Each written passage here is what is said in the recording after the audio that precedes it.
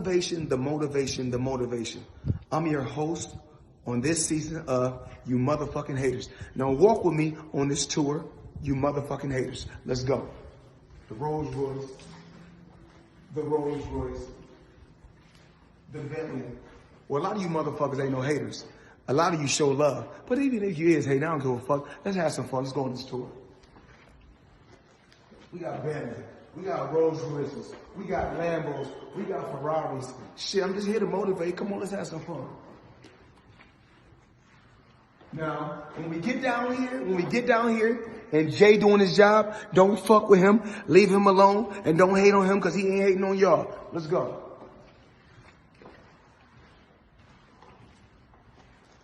And you know what? Today is Friday. So you guys tell me, what should I take out tonight and have fun on this Black Friday, on this Floyd Friday? It could be Ferrari Friday since it's Friday. So Ferrari, number 1. Ferrari, number 2. Ferrari, number 3. Or Ferrari, number 4. So we got 4 choices tonight. We don't know what we want to take out tonight, or we could take out something else. So let's go back down the line. Walk on, let's go. We can take the Lambo out. We can take the Bentley Continental GT out. We can take Dawn out. We can take the Wraith out. We can take the Drop Head out. We can take the... What up, Fight World? It's your boy Ego, and I'm back with some more boxing. I need y'all to smash the like button. The Stream King is back. Smash the like button. I'm not quite sure what to do with my hands, but me and Al was like shake and bake. What movie is that from? She already knew. I'm a big kid now. Oh, man.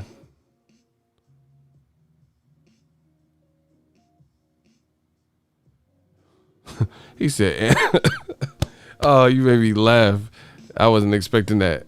Said Anna Bud style. Oh, this some good ass cake. You gonna eat the cake, Anna, man. Man, I like Bud Crawford a lot, but we gotta keep it fair, keep the channel real, keep it consistent, and just express our thoughts in this digital space, in this place, in this digital space. Let go.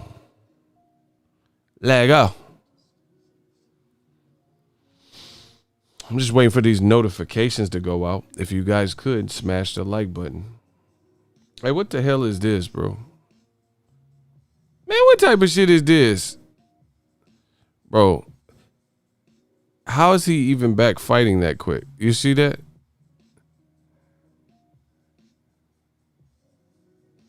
Bro, how didn't Chavez just quit in his last fight? How he back fighting? Who is that? Bro, who is this?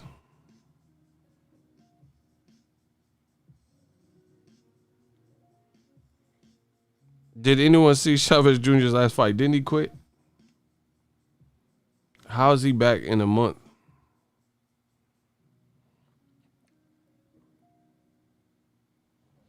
Looking rather shaky.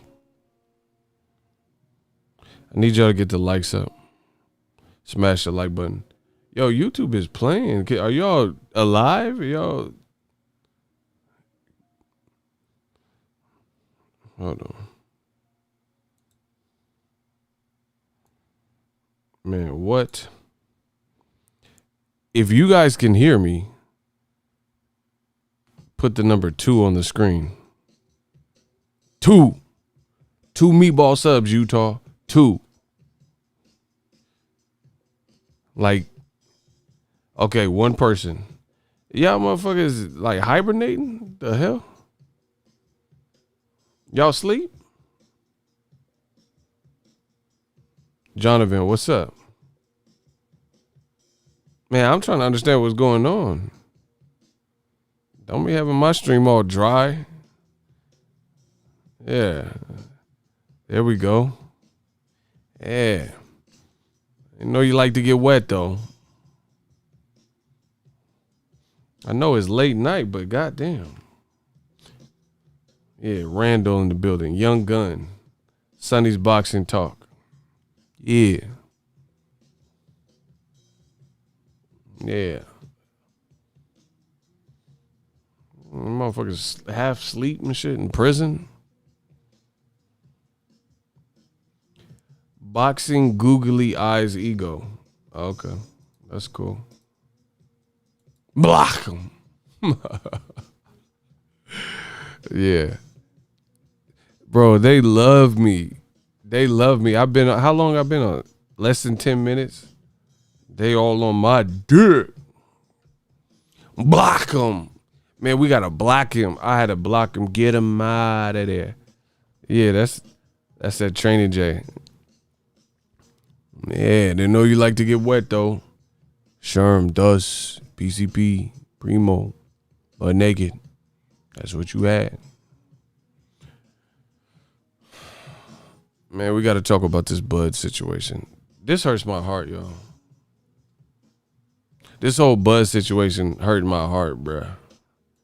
Because I think Bud is a terrific fighter. I cover Bud fights.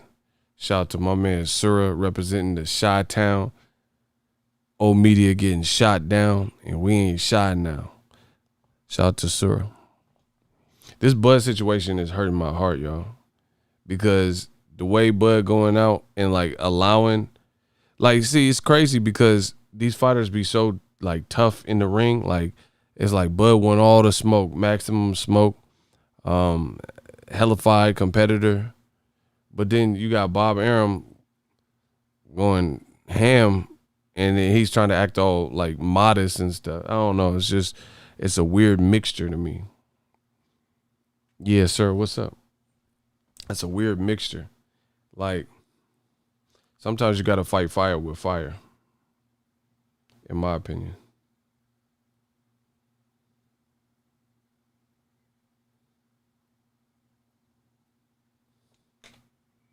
Bud is straight up Toby. I don't know. I mean, I can't say he's Toby because I got to see what he decides to do. You see what I'm saying? He ain't said what his next move is. But I don't know, man. I don't know. If he decides to stay, I just don't see how that's beneficial. I don't see how that's beneficial for his career. You know? Like, bro, I'm going to tell you straight up, and I'm a huge Bud fan. I've always supported him on the channel. If he stayed with Top Rank after all this, and he stayed with Bob Arum, and he don't get, like, none of the fights that people is talking about, I'm going to look at that as a duck move, bro. Now, it pains me to say that because I don't think Bud, as a fighter, is the type to duck per se. You see what I'm saying? Like, I'm not trying to, I don't feel Bud is a scary dude. You see what I'm saying? However, the cloth I am cut from, you got to make your business moves make sense. So if you're going to continue to make poor, bad business decisions, especially without even exploring the other options, then I have to classify that as a duck, because your own poor strategy and business savvy is limiting your competition. You see what I'm saying? Yeah, smash the like button. Y'all know what it is. You're limiting your own competition. So I have to, like, bro, what's the difference? Answer this to me. What is the difference between a fighter ducking another fighter because they're afraid of that fighter versus somebody in a situation like Bud, who probably isn't afraid to fight anybody, but he might be afraid to move on. He might be afraid of change. He might be afraid of leaving people behind, or, you know, leaving people on top rank that he's cool with, or whatever the situation is. And the end result still remains the same. There's a level of fear in something. Now, it may not be a fear in terms of this guy, I'm afraid and petrified he could whoop my ass, but it's a fear of complacency. It's a fear of not wanting to move on, a fear of change, a fear of, you know, moving on and seeking out greener pastures. So to me, it's kind of the same. He don't want black fans to say, I told you so. Listen, if that's stupid, bro. You know what I'm saying? That's like, let's say I have like 10 Molly or some shit in my hand, right? And then y'all say, don't take all them, you're going to get sick, ego. And then I take all 10 pills just because I didn't want y'all to be right. Look how stupid that is. You see what I'm saying? Like, so I'm going to poison my body and possibly, you know, die from it because I'm consuming 10 capsules of some hardcore pill just because I don't want y'all to be right. That's pretty fucking stupid, bro. So if he don't want, like, if you wanted to move like you wanted to move, I can respect that. You know, if you say, oh, I don't need the PBC, I don't need Errol Spence, I'm gonna do it my way. But when doing it your way is not working, then you gotta restructure and kind of like switch gears. So I can't respect somebody decision making if they have so much foolish pride that they're just going to do the opposite of what is beneficial to their well-being or career or whatever, just so people couldn't be like, man, we tried to tell you 2 years ago. That's stupid, bro.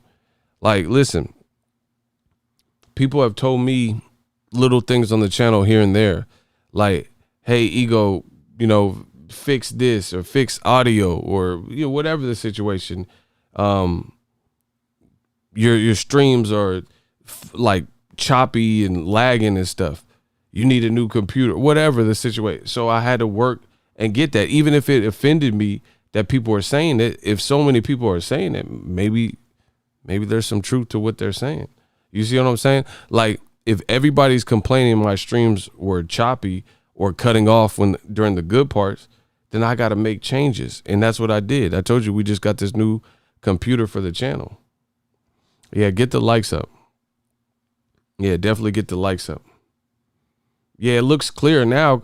Bro, I told you it wasn't me. It was my computer. It wasn't able to process everything that we had going on. But, you know, it's a thing of the past. But the bottom line is you can't be offended like that. People who are watching my videos, like, you know, some people hate, but some people are giving real constructive criticism. You know what I mean? They're like, yo, I enjoy your stream, but it keeps cutting out. So I got to fix it. Shout out to Surah, grown man talk. He said self-analysis is a must to grow. Yeah, man, the moment I'm telling y'all, this, what me and Surah are talking about is real life lessons. The moment you think you know everything, good luck in this world.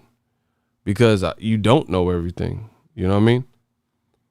Like, as I get older, I keep finding new and improved ways to keep the quality high. Like, this is the crazy thing. And I'm giving you a little piece of my journey. People are like, damn, ego, you killing, you doing all these videos and, you know, the quality's good and blah, blah, you got a new computer. But guess what? I'm actually working smarter than harder. Like, when I first started, I used to work way harder than this. Like, I would put out less content and work harder. But when you start getting your rhythm, you know, you start finding that shot, that stroke, you getting that 2-3 zone. So I'm actually working smarter than anything. You got to work smarter, not harder. And Terence Crawford, with his situation, he's basically in a river and he's trying to go against the current. You can't be that fucking stubborn, bro. You know, where the current is pulling you this way and you're trying to swim against it. Oh, I'm not going to PBC. You know, I don't need Errol Spence. I I don't need Danny Garcia. I don't need the Manny Pacquiao fight over there. I don't need Sean Porter. And the current's dragging you the other way. You know what I mean?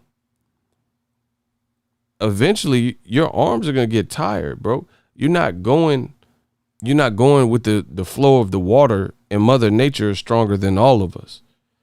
I dare one of y'all to, when a Hurricane Terence or Hurricane Harvey or something poured through, stand outside in front of it. You ain't stronger than Mother Nature. You know what I'm saying?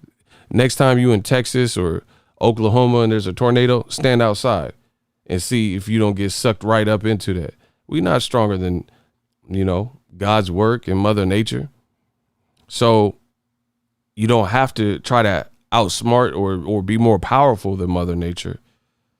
You have to find ways to, use it to your advantage. So if the rivers take you down here, okay, I'm just going to float a little bit and I'm going to try to grab onto something. But swimming the opposite way, you're going to get tired, bro. And you're going to drown. You're more likely to drown that way than having a smarter game plan. Just simple physics, unless you Aquaman or some shit. And that's what we're seeing from Crawford. Like, I get being stubborn. Trust me, I do. I'm very stubborn. But if you just so stubborn to a fault where you going to make the bad decision, that's stupid. Like, so I'm stubborn, right? We're going to talk about this. I need y'all to get the likes up, please. Shout out to Kamal Oz. Kamal said Crawford is swimming against the oceanic riptide. Facts. That's what I'm saying. He going against all the grain. Hey, please get the likes up. We got to get the likes up. Shout out to Surah. Life lessons and boxing knowledge. Peace to the guys. Shout out to Surah. That's absolutely true. And see, for these young dudes, like real young dudes, like 23 and under, bro, listen to the people like myself that is older than you. People like, oh, this person's an old head and blah, blah. I always hung out with older people than me.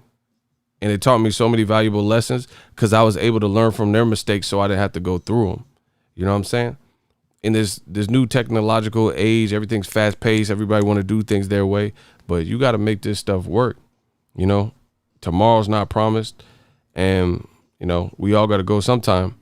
And at the end of the day, you got to make everything count and make sure you get out of life and out of your day, what you want from it. There's a lot of people, like 2020 is a perfect year for this. 2020 is a perfect year. By the year is almost over. It's like a month and some change, right? And by the end of it, some people are going to be looking at the calendar like, damn. And then they're going to have to push it back to New Year's resolutions because they used the pandemic and all these pussy ass excuses to not get done what they needed to get done. You see what I'm saying? Like, bro, pandemic or not, fuck the pandemic. I am the pandemic. You know what I'm saying? I know I worked with the scraps I was given. 2020 was a hard year for pretty much everybody. But I know for a fact I have improved on my channel, in my personal life, just by staying focused. And not getting discouraged and getting knocked off my pivot. So I actually had the type of year that was super productive. Like, I'm being real, and I'm not saying this to gloat or brag. My channel, I'm making even more money than what we were making before the pandemic. I'm just being real, bro. Work is smarter, not harder. Every month's different, but I haven't really had a month that was less than anything I was making before the pandemic. Promise you that. Nicaragua, shout out to my people. I promise you that. So the pandemic ain't slowed us. I'm doing at the worst equivalent when the pandemic first started to now being better financially, bro. It's all how you make it work for you. Crawford, an immense talent. He's an immense talent. But there's no reason to just go against the grain and do the opposite of what everyone's telling you would be the beneficial. And see, I get it. I don't like, a bunch of people we're fans and I'm just a boxing person or whatever. You don't have to listen to us. But listen to us. Slow it down. I just dissed you. I said you don't have to listen to us, but just listen to us. Let me explain. You don't have to listen to us. Like, you don't have to listen to what we're saying, but just listen to us. Just listen to what we're saying. And then if it makes sense to you, which it should, then you can get all the credit for making the right decision. You see what I'm saying? You don't have to listen to us, but listen to us. A lot of people in the comment section, me, in my opinion, and a lot of people are making very good, like, astute, like, commentary regarding the Crawford situation. You know? And there's no malice or no ill will. We want to see Crawford do well. I know I do. I want to see him do well. But your promoter is throwing you under the bus, dog. Your promoter is throwing you under the bus. And it's looking like you guys may have outgrown your situation. Because despite all the Bob Arum, the back and forth and throwing him under the bus, which is a serious issue. I haven't seen Eddie Hearn doing this. We know Eddie Hearn's not a saint, but I haven't seen Eddie Hearn doing this. He ain't throwing Dillian White under the bus saying, oh, the Oscar Rivas fight, I lost hella money. We don't see that. We don't even hear Al Heyman do interviews, so we know he ain't doing this. Oscar, I don't remember him doing it. He talking about Canelo now that Canelo left, whatever. But most people weren't doing this type of stuff. But Bob Arum is comfortable doing this. And Crawford's like, oh, we gonna work it out. Bro, you need a PR person, or you need a PR person with you when you're doing these interviews. So they could be like, hey, like, you know what I'm saying? Or coach you before or whatever. But, Crawford kind of want to do it his way, whatever. But all I know is Crawford's brand hangs in the balance. People who never, like myself, who never really had anything negative to say about Crawford, I don't think this is negative. I'm just being real. You know what I'm saying? Are now looking at the situation with a different set of lenses. Like, wow, just what he's saying doesn't make sense to me, bro. He said, I deserve 60-40 my way, but your promoter keeps telling everybody who will listen that he losing money on you. How are you the A side? Like, no one has answered that because there is no answer. I was steeping my tea. Cheers. America. This shit looking clear, right? We looking clear over here. Bro, tell me how Crawford is the A side. I'm willing to listen to a reasonable, educated conversation. How is Crawford the A side? How is he the A side over Errol Spence? Especially with his own promoter, like, throwing him under the bus. Please let me know. Anybody. Shout out to Trey Robb. Huey Newton, support the grind, match my super chat. Kamal Oz. Kamal Oz said Bud wasn't the A-side to Khan, but he is for Errol Spence. Nah, I think he was the A-side over Khan. I mean, I don't know. Maybe Khan made more money than him. I don't know. I'm not sure. How can you be the A-side when your promoter is, in so many words, telling people you aren't the A-side? What? Khan made more money? Okay. Wow. I heard Khan made like $7 million. That's just crazy then. Whatever. I don't know how much Crawford made. How can you be the A-side versus a guy who's clearly a blockbuster in this current generation of welterweights? And your promoter saying I'm losing money every outing with Crawford. Crawford is a great fighter, but he fights on cable and hasn't faced the level of competition. Shout out to Huey Newton. He sent the $5. He matched the $5 donation. Appreciate y'all. Thank y'all for the support. He said, say less. Yeah, man, we just grinding. Cash App's on the screen too. $Boxing Ego. We just, cooking, talking about this boxing. Shout out to Huey Newton and Trey Robb, East Side. They supporting the grind along with Kamal Oz. Let's get the likes up. Absolutely.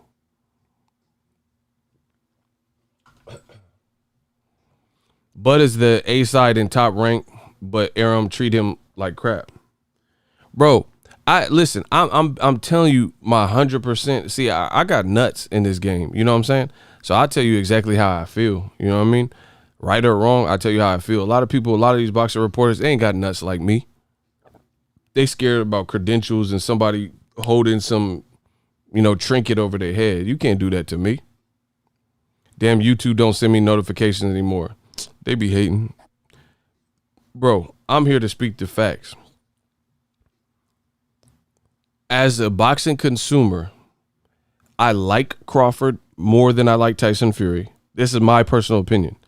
I actually like Crawford as a person. He seems like a cool dude, competitive. He's very athletic. But aside from him as a person, I actually rate him and think he's a better fighter than Tyson Fury. Right? But Tyson Fury has the complexion for the protection. So ESPN said he's going to lead the ship. He's going to be the guy on the ESPN commercials getting the most screen time. Him and Lomachenko. Bro, if Lomachenko and Tyson Fury retired right now, I'd be like, damn, cool career, and that'll be it. If Crawford retired right now, I would be like, you know what I'm saying? Because I feel like there could have been more. I'm just telling you what it is. So Crawford is special, bro. He's special. Like, bro, Tyson Fury, his best wins was like definitely the Wilder fight and then the Klitschko fight. And then he failed a drug test right after, never rematched Klitschko. And then his other win, he got Glovegate 1 and 2. So it's kind of tainted because nobody's really explained how Tyson Fury's glove was legit or why it looked like that. Yet Tyson Fury, they want him to be the flagship and make $108 million. James, son of a king, appreciate you. Bud fights on ESPN and still doesn't get love the way Spence does. Real talk. Bro, this A-side conversation is nonsense. Like, bro, you have to be able to separate your personal feelings for the fighters versus the reality. I really like Terence Crawford, but I'm not going to lie to you and say he's the A-side. I mean, come on, bro. My man Ari. I can't do that. I can't say he's the A-side because what would it be based on? What would Terence Crawford's A-side over Errol Spence? Ari, what's up? Ari, follow him on Twitter, bro. He be cooking y'all. Listen, I ain't heard one argument that makes Terence Crawford the A-side over Errol Spence in 2021. Tell me one argument.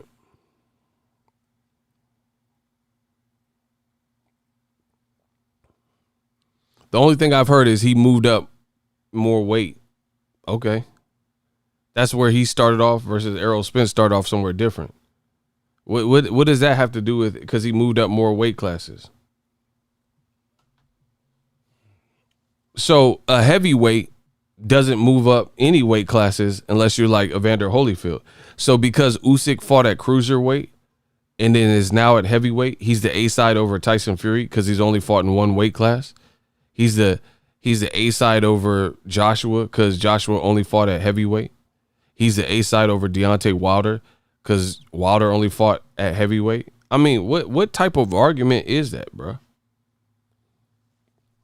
That sounds so stupid. He the A-side just because he moved up more weight. So, let's say Adrian Broner.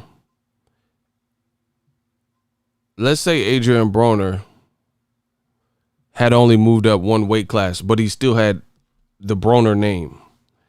If Teofimo moved from 35 to 40 and fought Broner at 140, he would be the A side because Teofimo had moved up more divisions. Like that sounds stupid, bro. That sounds really stupid.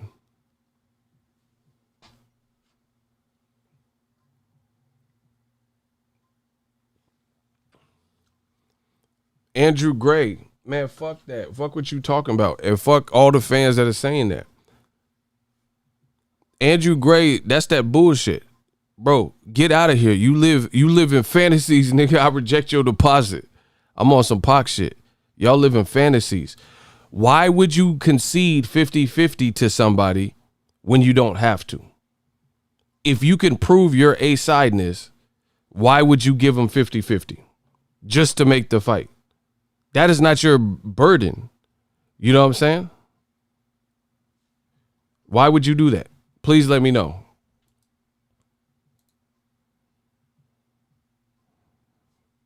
If you have the power, why would you give the power up?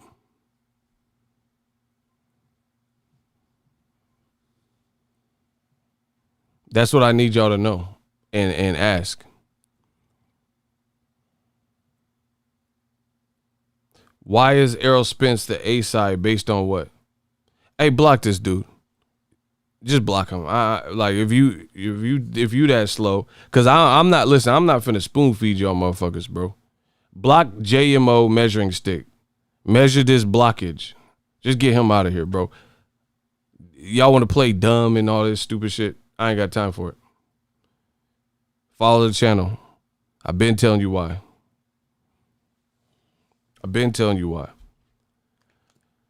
Y'all can sound that out by yourself. The money keep coming in. Listen, we got a Cash App. It's on the screen. $ Boxing Ego. We got $10 from Drayel Allen. Cash Boy. Keep grinding. I watch you every day. Shout out to my man. Appreciate you. $10 in the Cash App. Say hypothetically if Crawford take, why would he want to take less? I don't even understand your question. Hypothetically, if Crawford take, why would he want to take less? I don't even know. You gotta sort that out, bro. What are you guys confused of? Because I feel like y'all playing dumb. What's so confusing about Errol Spence being the A side?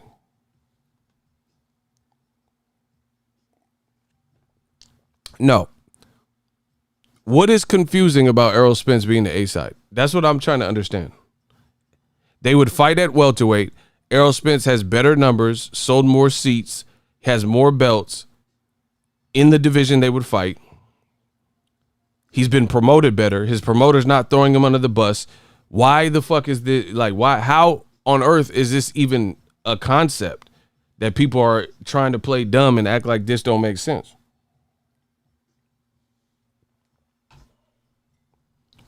Who has been a champion longer? Man, get him out of here. Who else?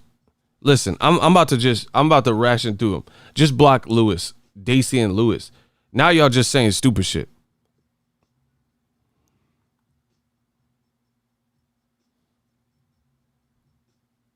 He said, who been a champion longer? What the fuck? So if Gary Russell fought Canelo, he's the A side because he been a champion longer than Canelo? Like, what the fuck? Y'all just be saying stupid shit. Bro, Gary Russell was a champion before Tank Davis. That's a more realistic one. Gary Russell has been a champion longer than Tank Davis because he's been the longest reigning champion in boxing that has had his title without losing it.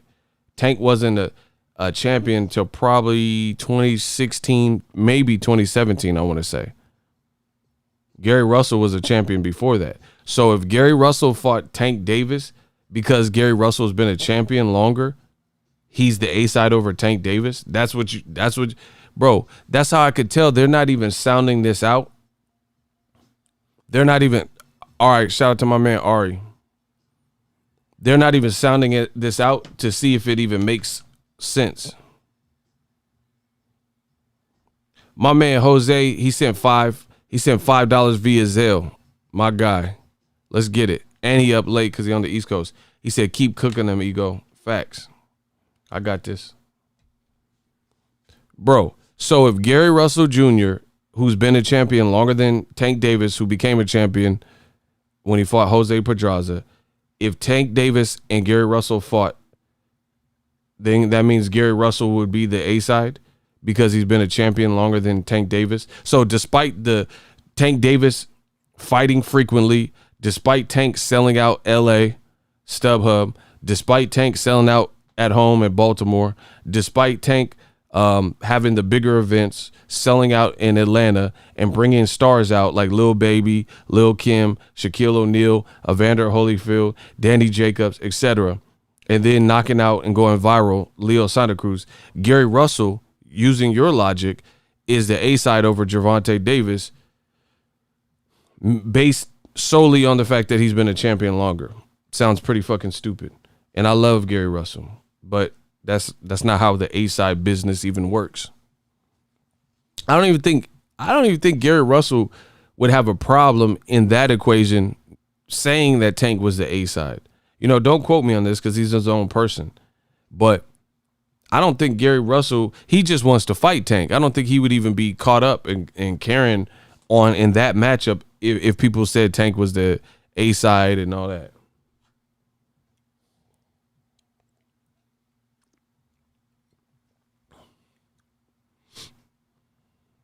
So, yeah, bro, it's looking bad, bro.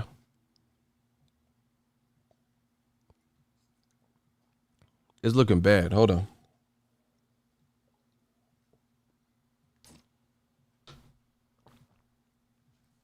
And again, how can you be the A-side when your promoter is bashing you and saying you're a loss of money? Block Brandon Smith. He said he ready for a good debate. That's cool. I hope you find it. Block him. Yeah, get rid of him. Yeah, get rid of him.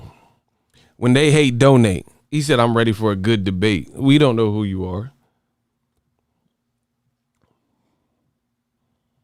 I can't lower my IQ low enough to even talk to Smith. Oh, you don't have to worry about it. My shooters got rid of that. He said, I'm ready for a good debate. You ready to get blocked? Block him. Yeah. All right, let's get to some good stuff.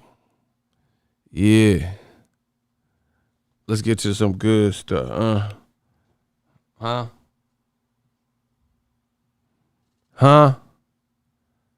Smash the like button. Lag out.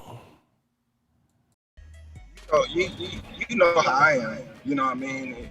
It pissed me off because I'm one of the most loyalist persons that I feel, you know. He just said loyalist. That's not a word, but let's keep going. This is Terence Crawford. I mean, to the core. Smash the likes. For him to go out and say some food like that, it kind of, you know what I mean, made me just look at him a whole totally different way. You know what I mean? And he's talking about Bob Arum. that's just what it is. Like. So before he even said that, you wasn't like, okay, I'm ready to jump ship no matter what. You wasn't feeling like that. Never. Listen, all that, I never not once said I was jumping ship. I was leaving top rank. I was anything. You know what I mean?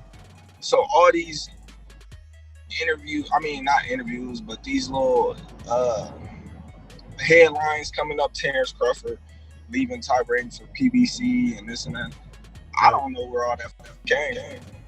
I never not once told any reporter that I was leaving top rank for PBC or anything. Every time they ask me any question, I said I'm with top rank right now. Yeah, and who knows what the future may hold. Come on, man. Right. You know, I would have to agree with that, but I always went to them. You know, I feel like if he had, you're a private guy. Yeah, if he had anything to say about me or how I'm doing anything, then he should have came to me instead. I just feel like that. Like he should have said, "All right, Terence, let's come on." Bud sound hella like almost sad and choked up that Bob Arum was getting at him like that. Did y'all peep that? Like he sounded like kind of choked up. I don't know, bro. James, son of a king, Spence been the A side, And been calling out his division. He be like Smokey. I be quiet, but when he not around, I be talking again. He said I'm like the loyalist. That's not even a word, but yeah, we need to get these likes up. Y'all need to stop playing. If you want this stream to continue, if not, y'all can check my last video. I told you, these streams come at a cost. Do it the free way or the pay way. Like Jose, Kamal Oz, and everybody else. Likes or loot. That's the only way I can bring these streams to you. Buzz sounded like a jilted lover. Man, he just sounds like really hurt that Bob Arum said this, but it's business. And it's too late. He already said it. Plan or something. You know what I mean? Yeah. But you blatantly saying all this nonsense. Like, come on, man. Ain't nobody in your stable doing numbers like I'm doing. Nobody. Not even your prima donnas that you that you put so much promotion and everything into. So Bud is suggesting that he's doing types of numbers that nobody else is doing, and even the prima donnas with Top Rank, they're getting a lot more promotion than him. You guys heard that? You guys can hear? Can you guys hear? Let me know on the scale 0 to 10, how is the sound coming through when Crawford is talking? On a scale of 0 to 10, we doing upgrades on the channel. On a scale of 0 to 10, how is the audio when Crawford is talking? Well, he's not talking that loud, so it's not going to be too loud. But you hear my voice. How's my sound? How do I sound? Because it's a little bit, he's like driving or something. So it's like on the phone. So a little bit, his connection is like weird. How do I sound? Boxing Ego on a scale of 0 to 10. Ego Velli, I'm in the 10. All right. Smash the like button. We'll keep going. Motherfucker's not doing nothing compared to me. So Who's I that? just Lomachenko? mad. Yeah, he's talking about Lomachenko. I'm talking about whoever. I'm not just singling him out because he's not the only fighter in the stable. You know what I mean? I'm talking about whoever. You know what I mean? Whoever. But, So but what do you I say wanna- when he says My that? job. What? That's not my job. I'm not a promoter. What am I? A fighter. I get paid to fight. I don't get paid to promote. He get paid to promote. So he's disagreeing with Bob Arum. He's saying I'm a fighter. I get paid to fight. I don't need to promote. Why I got to promote? He get paid to promote. I mean, that's why he's my promoter. He supposed to promote me.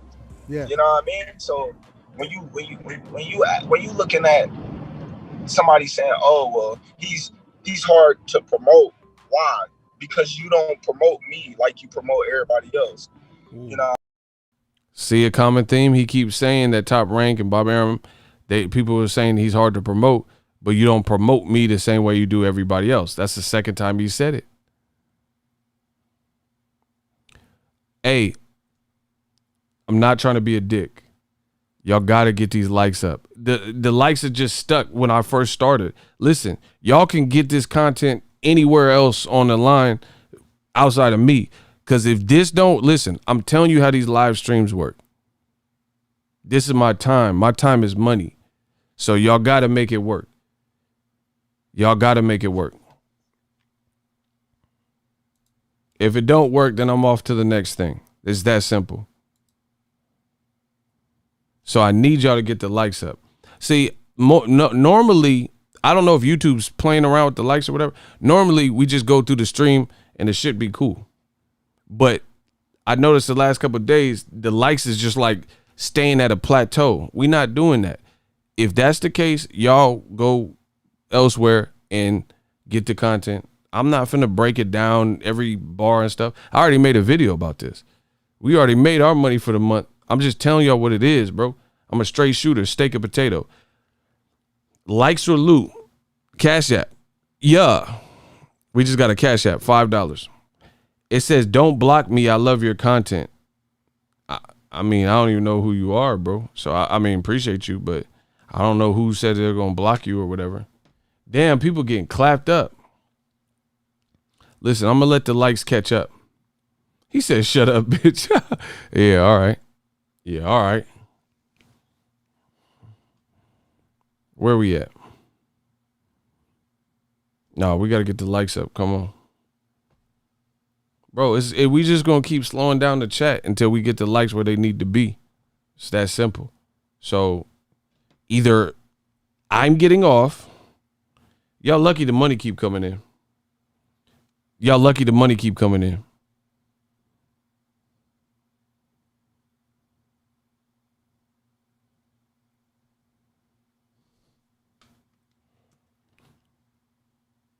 We got a $1 Cash App from Christopher Collins. A-side means who the fans would watch fight for. Yeah, it's really just a popularity contest. And Errol Spence is definitely winning that. All right, let's keep going. Bro, they hating. I don't know, the freaks come out at night or something. I'm going to tell you right out. Listen, if the likes, by the time I'm done, if the likes ain't up, then I'll just conclude the stream. But we'll get through it.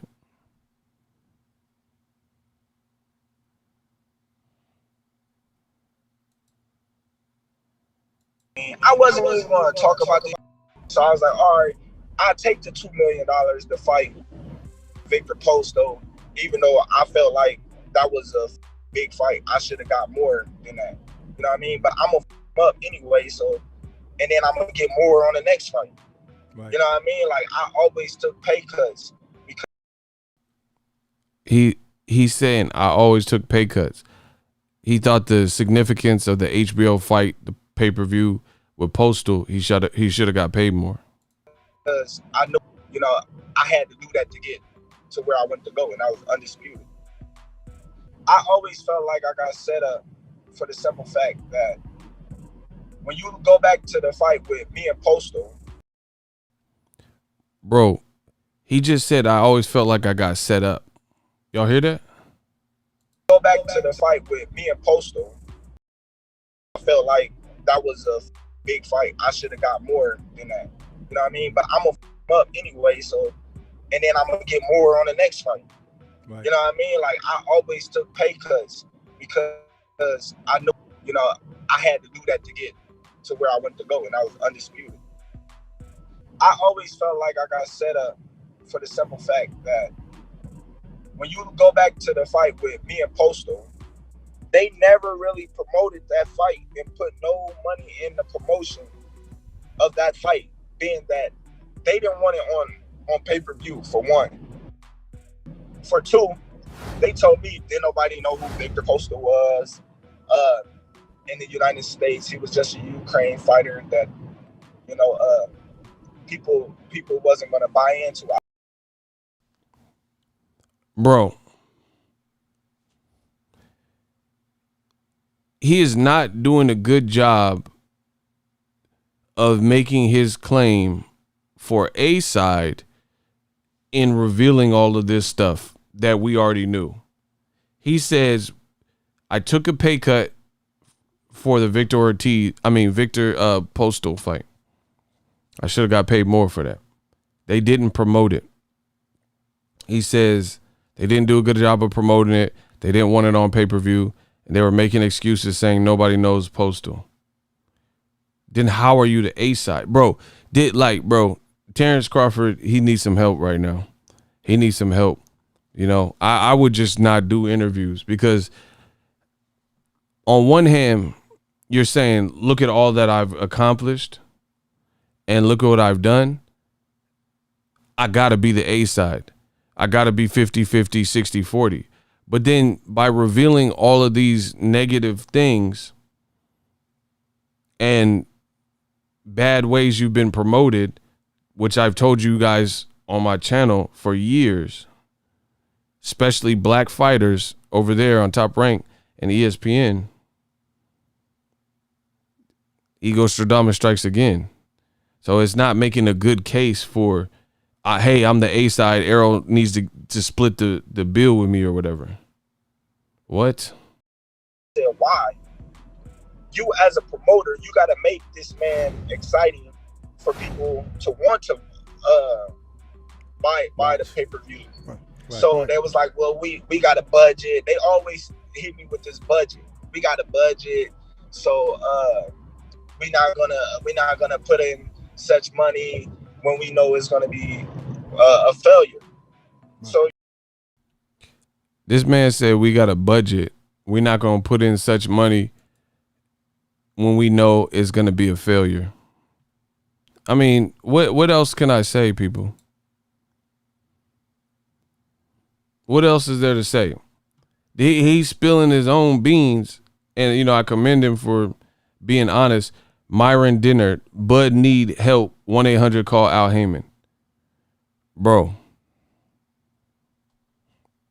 He said they didn't want to promote Victor Postal. We know they didn't promote Kell Brook. Those were like supposed to be bigger fights for him. Two of the fights that are on pay-per-view, because he later talks about Crawford Khan, and he said they didn't promote that either. And when you express this about the Postal fight, they said, we don't got it like that. We got a budget. That's what he just told you that. He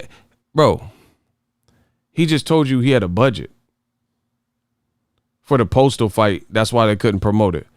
Bob Arum said he don't want to promote Crawford. That's that buzz shit. Matchmakers say, Bob, we're going Postal. This budget? What the budget? Slow it down. I just dissed you. I said, Bob, going Postal. This budget. This what Bud get. Oh my gosh, bro. Bars. Listen, I said, Arum said he don't listen. I said Arum said he don't want to promote Crawford. That buzz shit. Matchmakers say, Bob, we're going Postal. This budget, what budget? Slow it down. I just dissed you. I said, Bob going Postal. This budget. This what Bud get. Budget. Bud get. Bars. Bro, I'm the king of bars, bro. I said, Bob going Postal. This budget. This what Bud get. Spell budget. Bud get. Bro, bars. Gassing y'all. I need my Don DeMarco. Where my Don DeMarco? I said, Arum said he don't want to promote Crawford. That Bud shit. Matchmakers say, Bob, we're going Postal. This budget. What the budget? Slow it down. I just dissed you. I said, Bob going Postal. This budget, this what Bud get. This is what Bud get. Bob going Postal. This budget, this what Bud get. Bars, Stream King. Easy work. This what Bud get. Budget. No, spell budget. No, budget. That's not how you spell it. Spell budget. Bro, this is over some of y'all head. Y'all ain't gonna get it. Y'all get it tomorrow. Spell budget. I said budget. This what Bud get. Bro, they not fucking with the bars, dog. I promise you on everything I love, they not fucking with. I said Arum going Postal, Victor Postal. Obviously, that's an easy one. But also going Postal. Arum going Postal. This budget, what budget? This what Bud get. This is what Bud get, bro. I know I'm over people's head, bro. It's okay. If it's over your head, you wasn't meant for that. But, man, I feel bad for Bud, but at the end of the day, I mean, I can't feel bad for him. You see what I'm saying? Bro, he later in this interview, he said, oh, Arum's a good guy. Top rank. I can't bash them. They did everything for me. All right. So, when they treating you like that, then comes with the territory, I guess. I mean, I don't know what y'all want me to say. What you want me to do? I'm sorry. Let's get the likes up.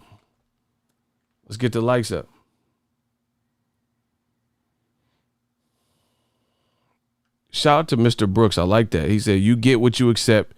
You get what you deserve then. That's what I'm saying. So it's like I feel bad for a little girl in a 7-Eleven got caught with a stray bullet. She was just trying to get a Charleston Chew and got hit with a slug. You know what I'm saying? I feel bad for stuff like that because that's completely like wrong place, wrong time, chance, occurrence. But at this point, what Bud's doing, bro, if you stay, then it's like domestic violence. You know, someone who just your family and people trying to intervene and have an intervention and save you, and you keep going back to the abuser. You know, bro, he said, like, and it has to be true because Aram complained about the postal fight, about losing money in that fight too. He said we lost money on that. So Aram's been like dogging him when he loses money. But the thing that's interesting is when it's a white fighter, I haven't seen this. You mean to tell me Tyson Fury versus Tom Schwarzenegger did good? Yeah, what are you doing? Bro, Tyson Fury in America, a UK fighter, fought an unknown German fighter that nobody fucking knew who he was, Tom Schwarzenegger. Yeah, get to the chopper. Yeah. Bro, no one even, so Top Rank came up fucking with that. It didn't do no crazy ESPN numbers. The shit was trash. It ended in 2 rounds. The shit was trash. Tyson Fury be cheating. Like, bro. But why is Bob Arum, he got him in a deal with Fury and they giving him $108 million to fight Tom Schwarzenegger. Hey, Copenhagen. What are you doing? Getting these people like, bro. But he gonna throw Bud under the bus. Ego, why Bomac don't step in? Bomac, that's his manager and trainer. I don't know. Maybe he agrees with the way they train. I don't know. You gotta ask them. I'm Rhea Shaiva. Bro, who the fuck is Tom Schwarzenegger? This is who. Get your ass to Mars. Get your ass to Mars. Bro, who the fuck is Tom Schwarzenegger? I still don't even know who he is to this day. And Tyson Fury out here fucking around fighting Total Recall and shit. He fighting Douglas Quaid and all this stupid shit. Yeah, you think this is the real Quaid? It is. Bro, he fighting the fucking kindergarten cop in Copenhagen and all this stupid shit. Who is your daddy and what does he do? Bro, he fighting Arnold War Cries. I'm the governor of California. Man, what the fuck? But you gonna throw, bro, Tyson Fury. So white fighters, let's just call it what it is.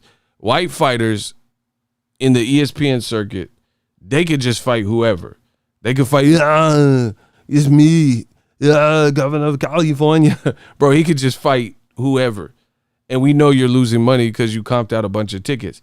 But when Bud losing money, you run and tell the public every time that he losing you money and you could have bought a house. All right. So, you know, if Bud liked that and he accepted, then to each his own. I know it couldn't be me. You ain't finna Django me, motherfuckers. Motherfucker, I am boxing. I am boxing. This is why people say, why? Okay, so, bro, I can't feel bad for people that, like, bro, I like Bud, but I can't feel bad. Like, bro, he's telling you his experience from the Postal fight. That's when HBO, that fight, I was at that fight. That was that was like 2016 or something. HBO was still around. They ain't been in boxing for a little bit, you know, a couple years now, right? So I know it was a little while ago because that fight was an HBO pay-per-view, and I went to that fight. So if I'm not mistaken, if memory serves correctly, he still signed an extension after that. So you knew how they treated you in the Victor Postal fight, and you still re-signed it. And then obviously nobody knew about it except for probably people in your team and close to you. So why'd you sign the extension without looking at all your options? See, I think Bud is stubborn, so he's just like, oh, I'm going to do it my way, you know, a little bit of complacency. Like if you look at the situation, Bud's whole clique and everybody is tethered to Top Rank. He got Bomac, who's a manager and trainer and a lifelong friend, I'm assuming. That's your manager and trainer. Top Rank lets him do commentary sometimes, or they used to. I don't know about now, right? You got Steve Nelson, Jamel Herring, people in this gym that also signed there. So your gym is signed, multiple people in your gym signed there.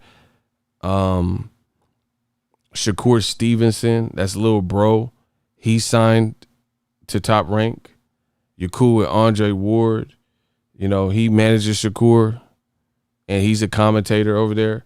So I think Crawford, I don't know, he has to speak on this, but I think Crawford feels so connected to the situation where, he's looking at, like, let's say freshman to junior year, you went to a certain high school, but then you have an opportunity to go to an advanced high school for seniors that really ready them and get them in the best college and stuff.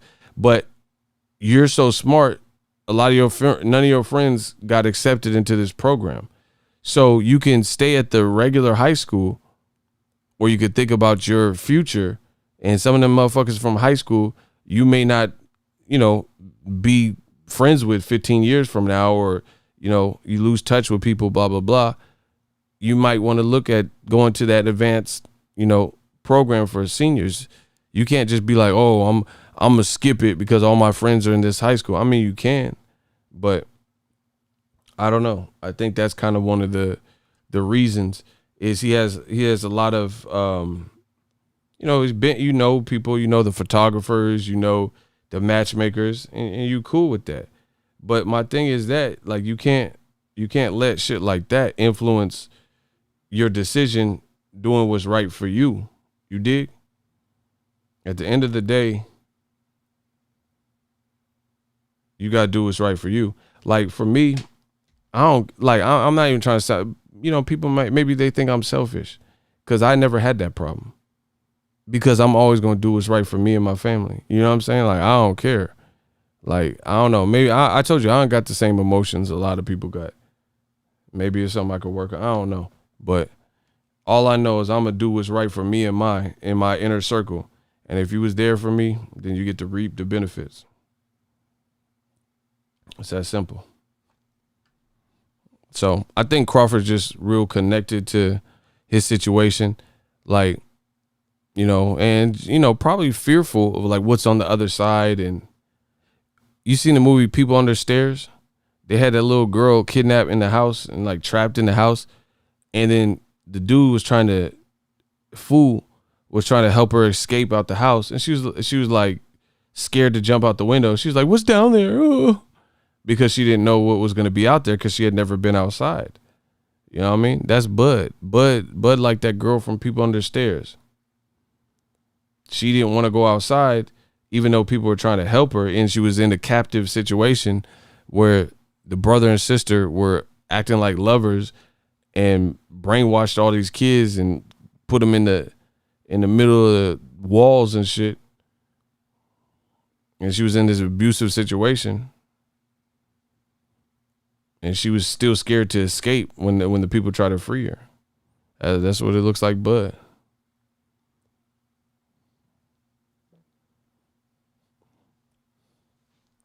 I think Bone Mac is double dipping, getting manager fee from Crawford, getting money under the table from Top Rank. It's possible. I don't know. I don't know people's business. But whatever. I mean, I don't know. I don't know what Crawford does, but do what he do. He could do whatever he wants. Stay with them. If you think that's the best thing for you, stay with him, and we'll see. We'll see. Stay with them. They treating you like this, and you like it, stay with them. You stubborn, you bad, you don't need Errol Spence. All right. I mean, I don't know. What do people want? What do people want us to say at this point? Like, bro, it's actually getting, like, old. It's actually getting old. Crawford talking about he don't need Errol Spence. All right, then. You go your way and he go his way. I mean, first we have to see how Errol looks versus Danny, but either way, Crawford would be, if he was on PBC, he would be right there to possibly face the winner. So, I mean, He got to make that decision, make that call. Hey, let's get the likes to 200. He got to make that choice.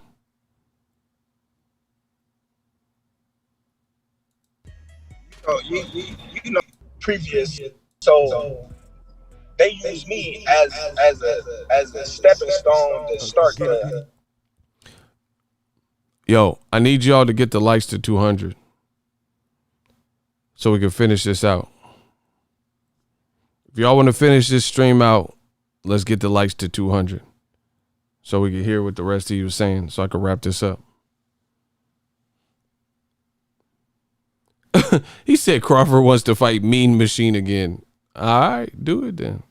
Like I said, I ain't finna baby no grown fighters. Mate, whatever. You sign for them for the rest of your life if that's what you feel is best. Meanwhile, the rest of the boxing world, you know, besides a few handful of people is telling you something else. So whatever. He can do whatever he want. Bro, what is up with the likes? Like, is the like button broken? No, like, really, what's popping?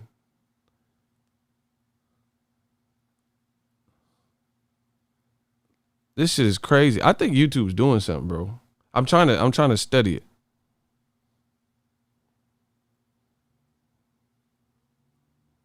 I'm trying to study what's going on.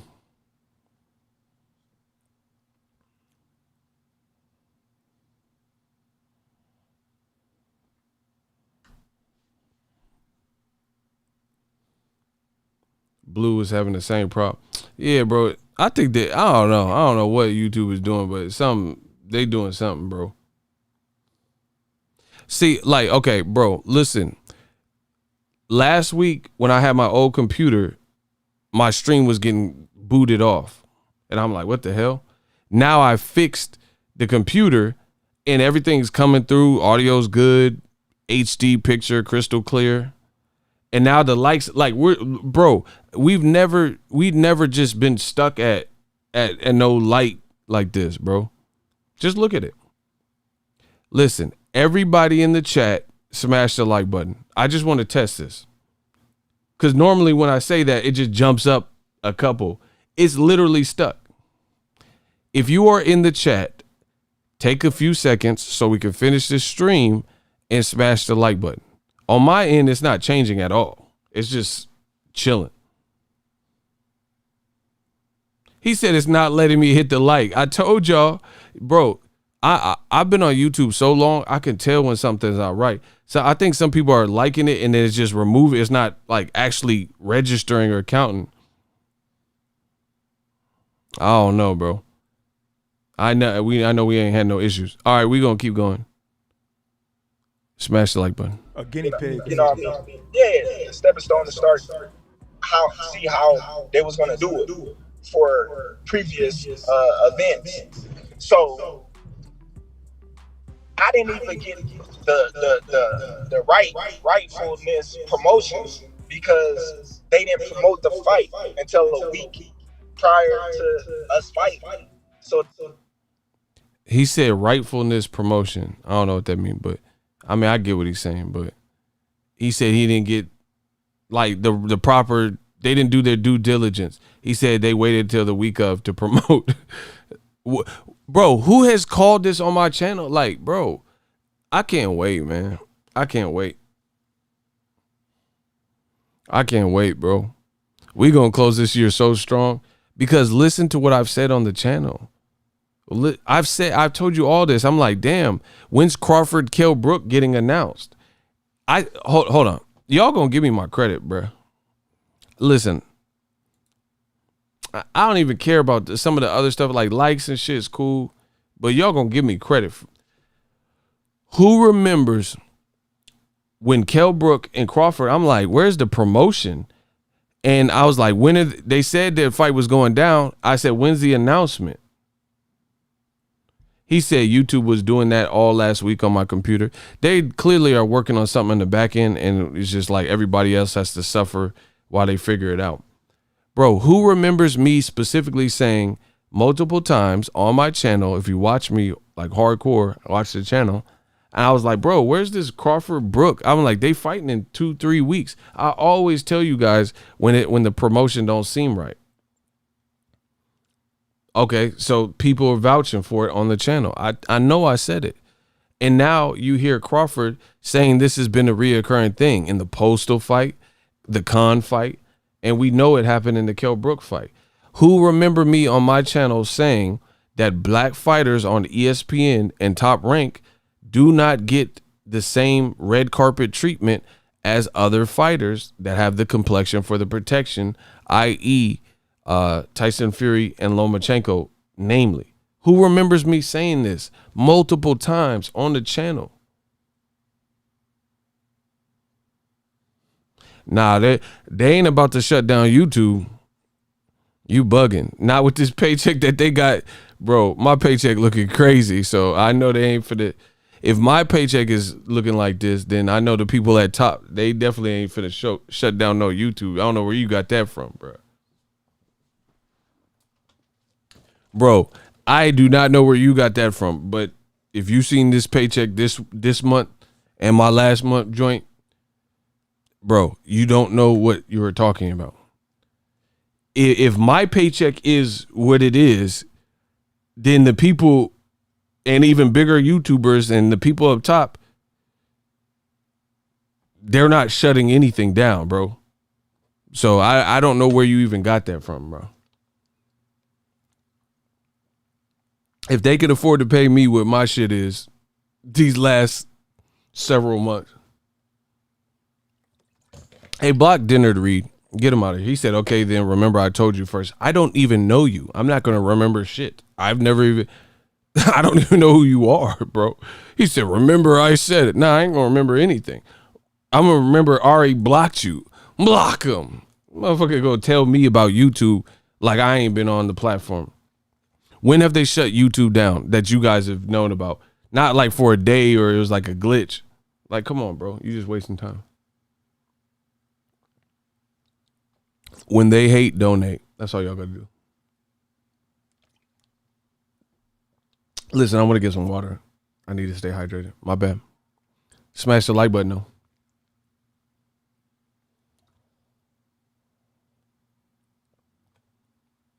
Hey, who watched my video on this topic about Crawford and Lomachenko promotion? There's like an actual video of it, not this live stream. And if you watched it, do you guys like that format?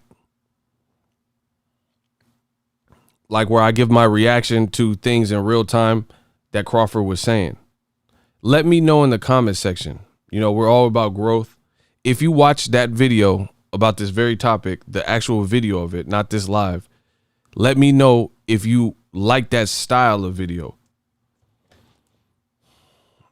You know, do like a wedding, say I do or not for me or something, so I know the difference. If you like that style, that reaction style, you know, that only your boy Ego can give you, let me know if it works. Like I said, we trying different things, whatever the fans want. You know, I'm a real person, so if that's something y'all like,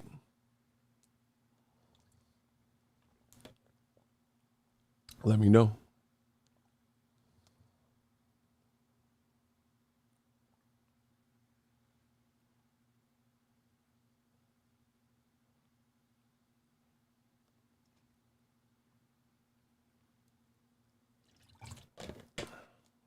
I like doing whatever the fans want.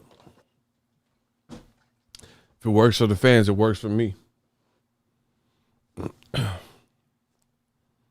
Yeah, I don't care. You know, I'm down to experiment, try different things. Let's get to the rest of this Crawford thing, shall we?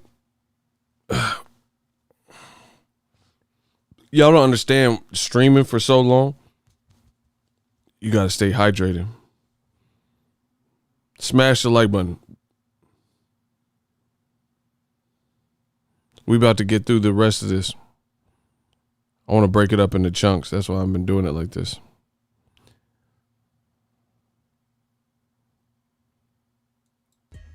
Oh, you know how I am fighting on pay-per-view. No, they couldn't buy the fight because didn't nobody have the awareness that I was fighting on pay-per-view.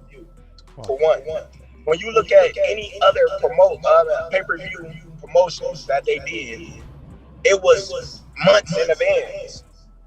You know what I mean? People had time to be like, man, y'all heard about this fight, y'all heard about that fight. Nobody heard about that fight. And when they did hear about it, they bought the fight.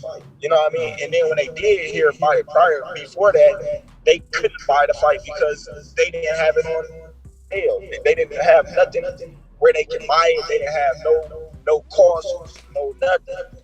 You know what I mean? This is how I normally know, you know, how a fight is being promoted. You know what I mean? Lomachenko was fighting on ESPN.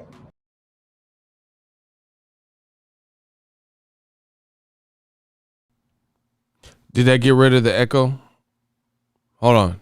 Tell me if the echo is gone. Say echo or no echo, right? I'm going to run it back. Say echo or no echo while it's playing, because we got to figure that out.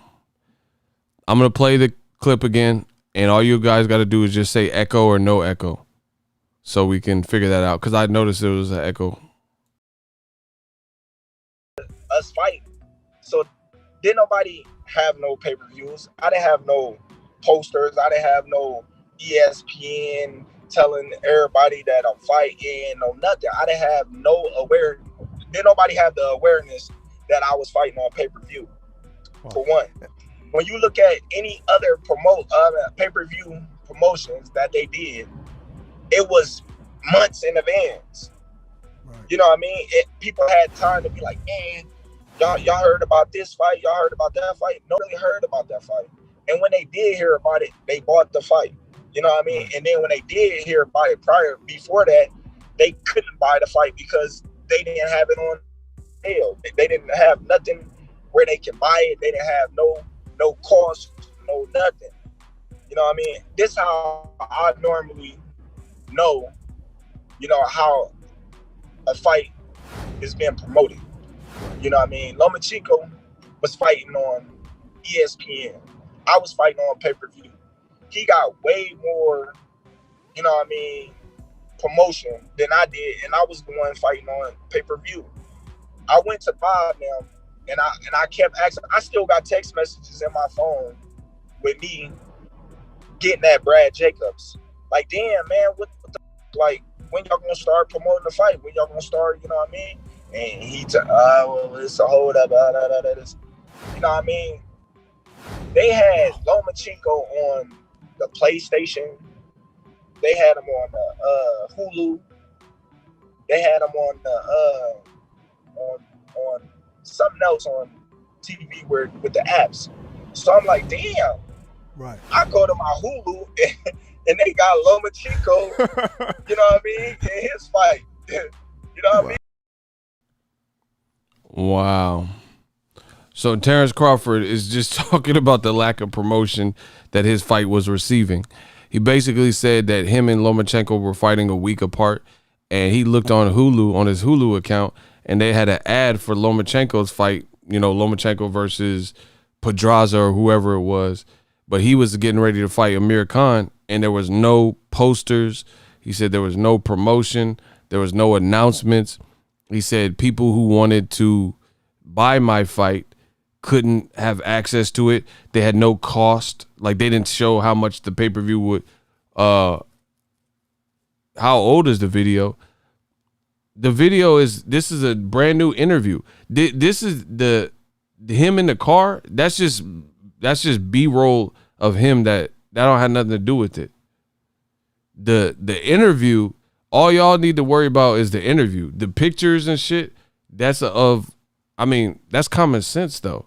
You seen there was a scene with Jose Benavidez's fight. So you know that's not, you know, that's just common sense, bro. Look. That's the Benavidez fight. So of course the footage is just like you watch the news, it's not going to be current shots. The interview is brand new. That's what you guys are really here for. The video, this is just him in his car that I put there. damn, man, what the, like, when y'all gonna start promoting the fight? When y'all gonna start, you know what I mean? And he well, it's a hold up, you know what I mean? They had Lomachenko on the PlayStation. They had him on the Hulu. They had him on the on something else on TV where with the apps. So I'm like, damn. Right. I go to my Hulu and they got Lomachenko, you know what I mean, in his fight. You know what I mean? But they ain't saying nothing about me, and I'm fighting a week later. On paper. You know what I mean? Like, so, Yeah. No. So, like I said before, Top Rank is the company that I'm with right now. You know, and in the future, who knows what the future may hold. You know what I mean? Like, we may have a disagreement right now.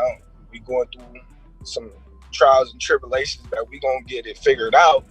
You know what I mean? But at the same time, I cannot bash Bob Arum and Top Rank. I cannot do that. You know what I mean? Because without them, you know what I mean, they gave me the opportunity to accomplish everything I've accomplished in my career. So I can't sit there and bash Bob Arum and Top Rank when I know deep down in my heart that Bob Arum, he really is a good dude, and he really did try to do everything in his will to get these fights that I was asking for. Yeah. You know what I mean? I don't know. Wow. So you guys heard it from the man himself. Listen, that's his audio.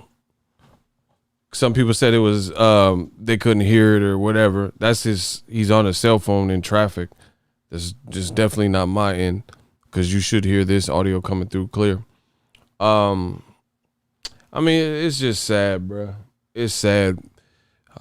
He's telling you repeatedly his experiences with past fights. He said he even has a text message from Brad, whoever that was, but I'm assuming someone that works for Top Rank. And he said, what the F is going on? Like, what's good with my promotion?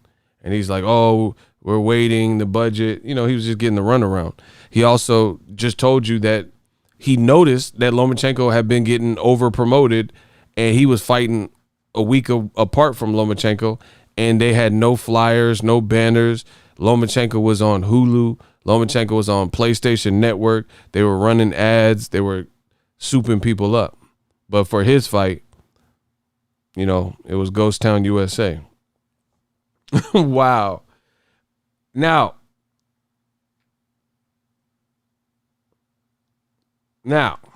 Ego Stradamus strikes again. I don't want to bore you with how much of this situation that I've gotten right, because if you follow my channel, you'll know what I've gotten right. But I will say this. I told you. No, but in all seriousness, everything Crawford did, you know, I appreciate him being candid in everything he said. But guess what? You just proved to me that you're a great fighter, but you got to get your business together. You know what else Crawford proved to me with all that he just said? Was that you ain't the A side versus Errol Spence. You on his dime because his promoters ain't treating him like that. Bro, I don't care what Crawford, Bo Mac, you know, Mac Truck, McDonald's, McDowell's. I don't care what no Mac, Return of the Mac, you know, Bobby Womack. I don't care what no Mac is telling me. No Mac from Blade 2. Bro, there's no one that could convince me of this. When you just depicted your experiences and how your fights were getting lost in the shuffle, and your own promotional team was over promoting Loma, and you're, in my opinion, he said Craig Mack. Yeah, him too. He said Craig Mack. That's hilarious. Man, you just told, he said the secret world of Alex Mack. Facts. That's what I'm saying, bro. You just told us all that they weren't, you know, they weren't hitting you with the the proper exposure. You know what I mean? So as a result, how can you be the A side, dog? Like, that don't even make sense. That don't even make sense. You're the A side, but your own promoter keeps telling people that they losing money with you and you're having this struggle promotion. And they're putting your fights are being lost in the shuffle, and they're not putting you at the precipice. Bro, Errol Spence versus Danny Garcia is one of PBC's biggest fights for this year. Wilder Fury, Tank and Leo, and probably that. You know what I mean? They treated all those fights, especially the ones that were all done through PBC, Tank and Leo Santa Cruz, and Errol Spence and Danny, bro, they're treating it with the utmost importance. Fox is doing a great job. Danny Garcia just did the media day. He's in shape. Him and his dad was talking. Like, they're doing a good job of promoting it. But Crawford is literally telling us all that these are my trials and tribulations, and we're going through it, me and my current promoter, Top Rank. And Bob Arum is telling you the same thing. Hey, I'm losing money on this Crawford guy. He just did another interview since this interview that Crawford did, and he says, I'm not even working on the Crawford case anymore. I gave that to my stepson, Todd DeBow. He said that's his problem now because I'm too old. I ain't got time for this. I don't even want to promote Crawford. His own promoter said that. He passed him off. So, with that being said, you can't be the A side, sir. How can you be the A side if you just told us what you go through? Did you hear what Bomac said about Bob Arum? No, I didn't. I don't know. I don't know anything. I don't know.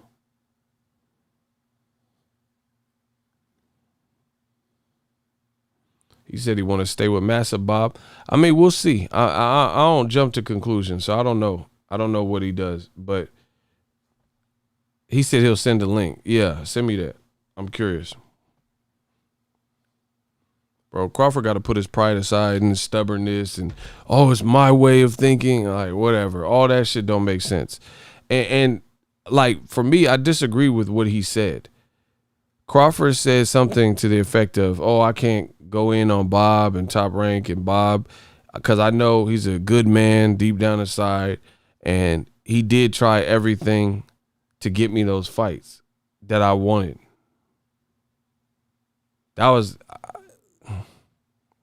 bro, how did Bob Arum and Top Rank try everything to get you the fights you wanted?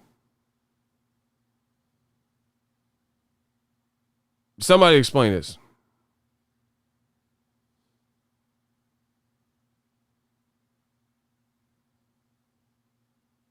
Hold on. This person, Miss Ruby, says you down Crawford other than do some real research and uncover Arum's lies. So, hold on. I'm downing Crawford. So that's what you got from. See, something wrong with y'all. This person is saying I'm downing Crawford and I need to do real research, but I just let you listen to what Crawford had to say. What? How do I need to do real research when I just did research and let you listen to Crawford very new interview that was just out? And then now you saying that okay, since we all listened to Crawford, hold on. We got to get Miss Ruby. And she sounds like she go to church, so I'm gonna try to do it without cussing.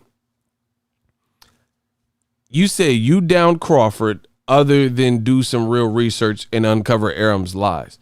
Bro, I just played what Crawford had to say.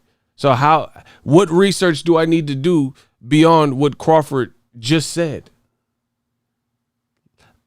How do I need to do real research when I just let y'all listen to what Crawford said? Do I need to run it back?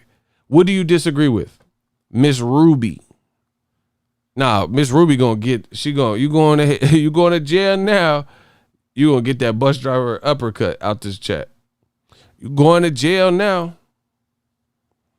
How do I need to do more research when I just let y'all listen to Crawford out the horse's mouth?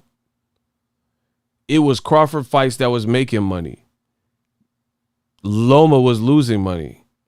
Okay. When did I disagree with that? I didn't say nothing about. I'm going off of what he said. He said Loma was getting better promotion than him. So would you even man, block him. Get this person out of here. Nah, block Miss Ruby. You lost in the sauce. Pregu. Nah, get Miss Ruby out of here. Wasting my time, bro. You see how they do me? No, y'all gonna pay for Miss Ruby. Listen. Yeah. No, Miss Ruby had to get. Bro, Miss Ruby had to get clitted at. Yeah. How you gonna blame me because Top Rank treated him like that? That's like one of his family members and shit. How is that my fault? I'm going off of what he said. When they hate, donate. See, Kevin Slims. God bless. You see how they try to do me? You need to do some real research. I just did the research and I let y'all listen to it. And I shut up so y'all could listen to it. Now you saying, so that was CGI? That wasn't really Crawford's voice? You think I'm a ventriloquist or something? That was a voiceover? That was a deep fake? Well, I mean, come on, bro. Y'all tripping. Anywho, the man himself just said that Lomachenko basically got put on a pedestal and a higher priority. That has nothing to do with boxing ego. I'm just telling you and showing you what he said. Don't try to flip that on me. Anywho, sorry y'all had to witness that. He's documenting his own experiences. Don't try to throw that on me. Like I did this to him. Y'all tripping.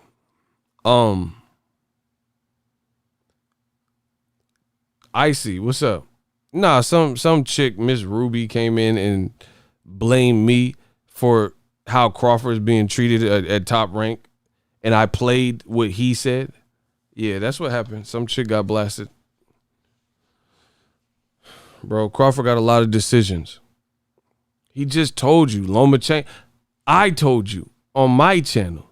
I said Lomachenko getting the red carpet treatment. Tyson Fury getting the red carpet treatment. Now, Terence Crawford, he may not agree with some of the other things I'm saying about him not being the A side, but he's agreeing with the fact that Lomachenko was getting more clout and more red carpet treatment. Bro, look. I went over all of this. It's your fault, ego. It ain't my fault. Did I do that? It ain't my fault. Listen.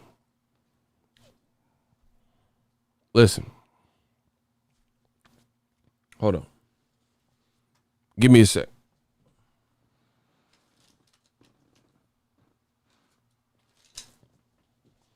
It ain't my fault. All right, look.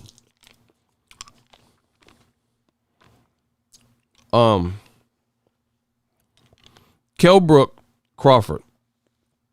They explained it, said Crawford was taking a long time with the contract, whatever. Needless to say, that fight was announced like 2 or 3 weeks before the actual date. It didn't get promoted well. Terence Crawford and Kell Brook did not get promoted well. Right? In addition, his fight was on ESPN. That's it. Lomachenko fought Teofimo. It was on ESPN, ESPN Deportes, and ESPN Plus. So even if you didn't have a regular cable package, you could pay $4.99.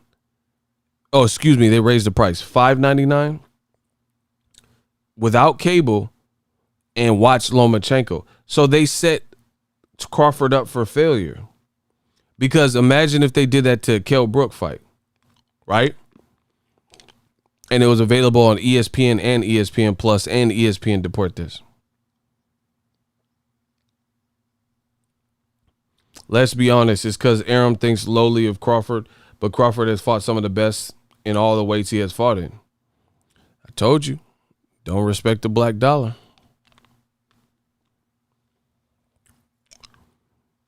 Listen, I'm just gonna leave because it's just gonna be I told you. That's gonna be the rest of the show. I've been saying all the same shit for years, bro.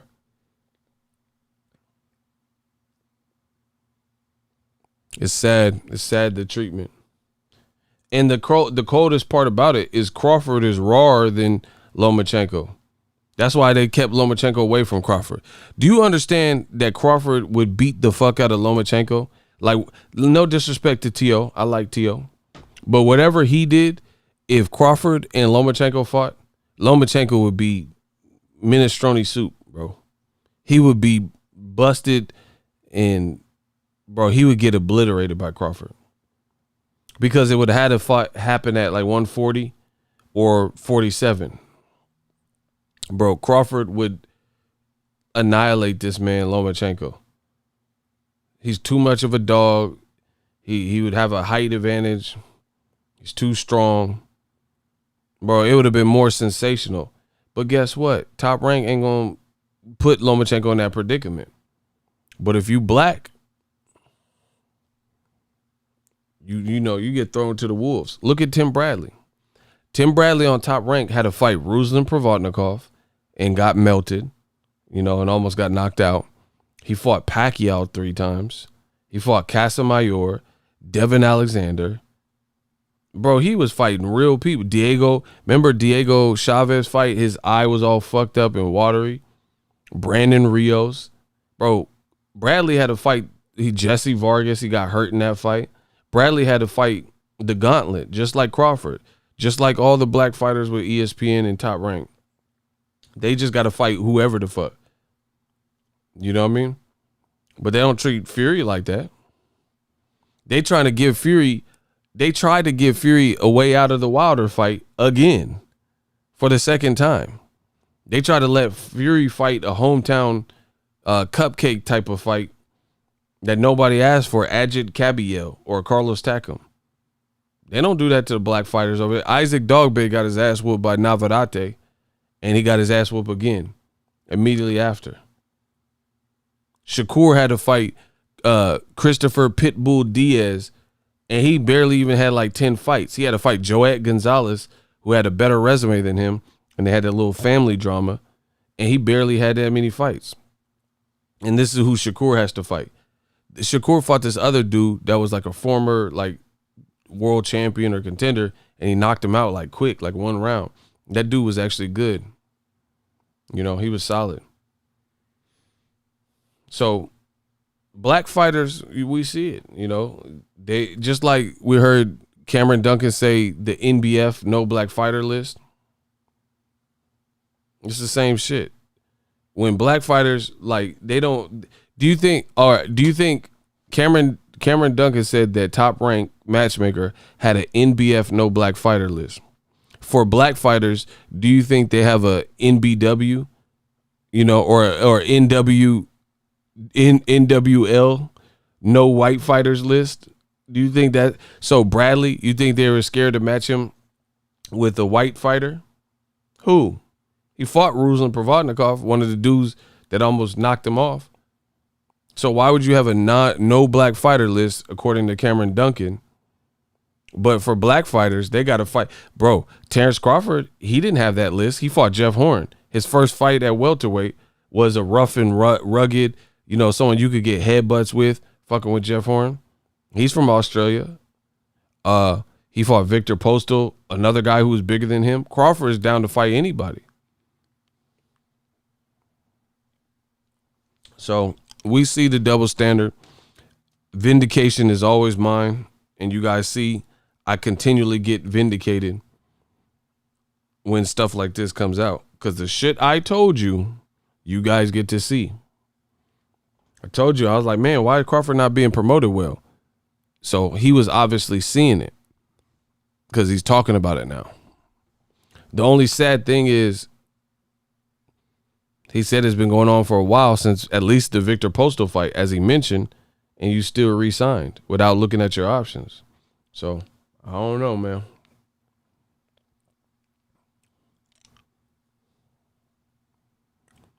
Shout out to Niter Allison Johnson again. The money keep coming in. That's what he told me to put y'all. He said the money keep coming in. He sent 5 in the Cash App. The money keep coming in. So it is what it is. But on one hand, I feel bad for Crawford, but then I don't. Because at the end of the day, you responsible if you stay. It's that simple. Bro. And now the other thing that's fucked up for Crawford is he sounds kind of jaded into feeling like because your promoter and your network hasn't promoted you the way they should have. It sounds like he sounds dejected, and he's like, it's almost led to complacency. He talking about, I don't need Errol Spence. You know, I was high up on that fight, but I don't care anymore.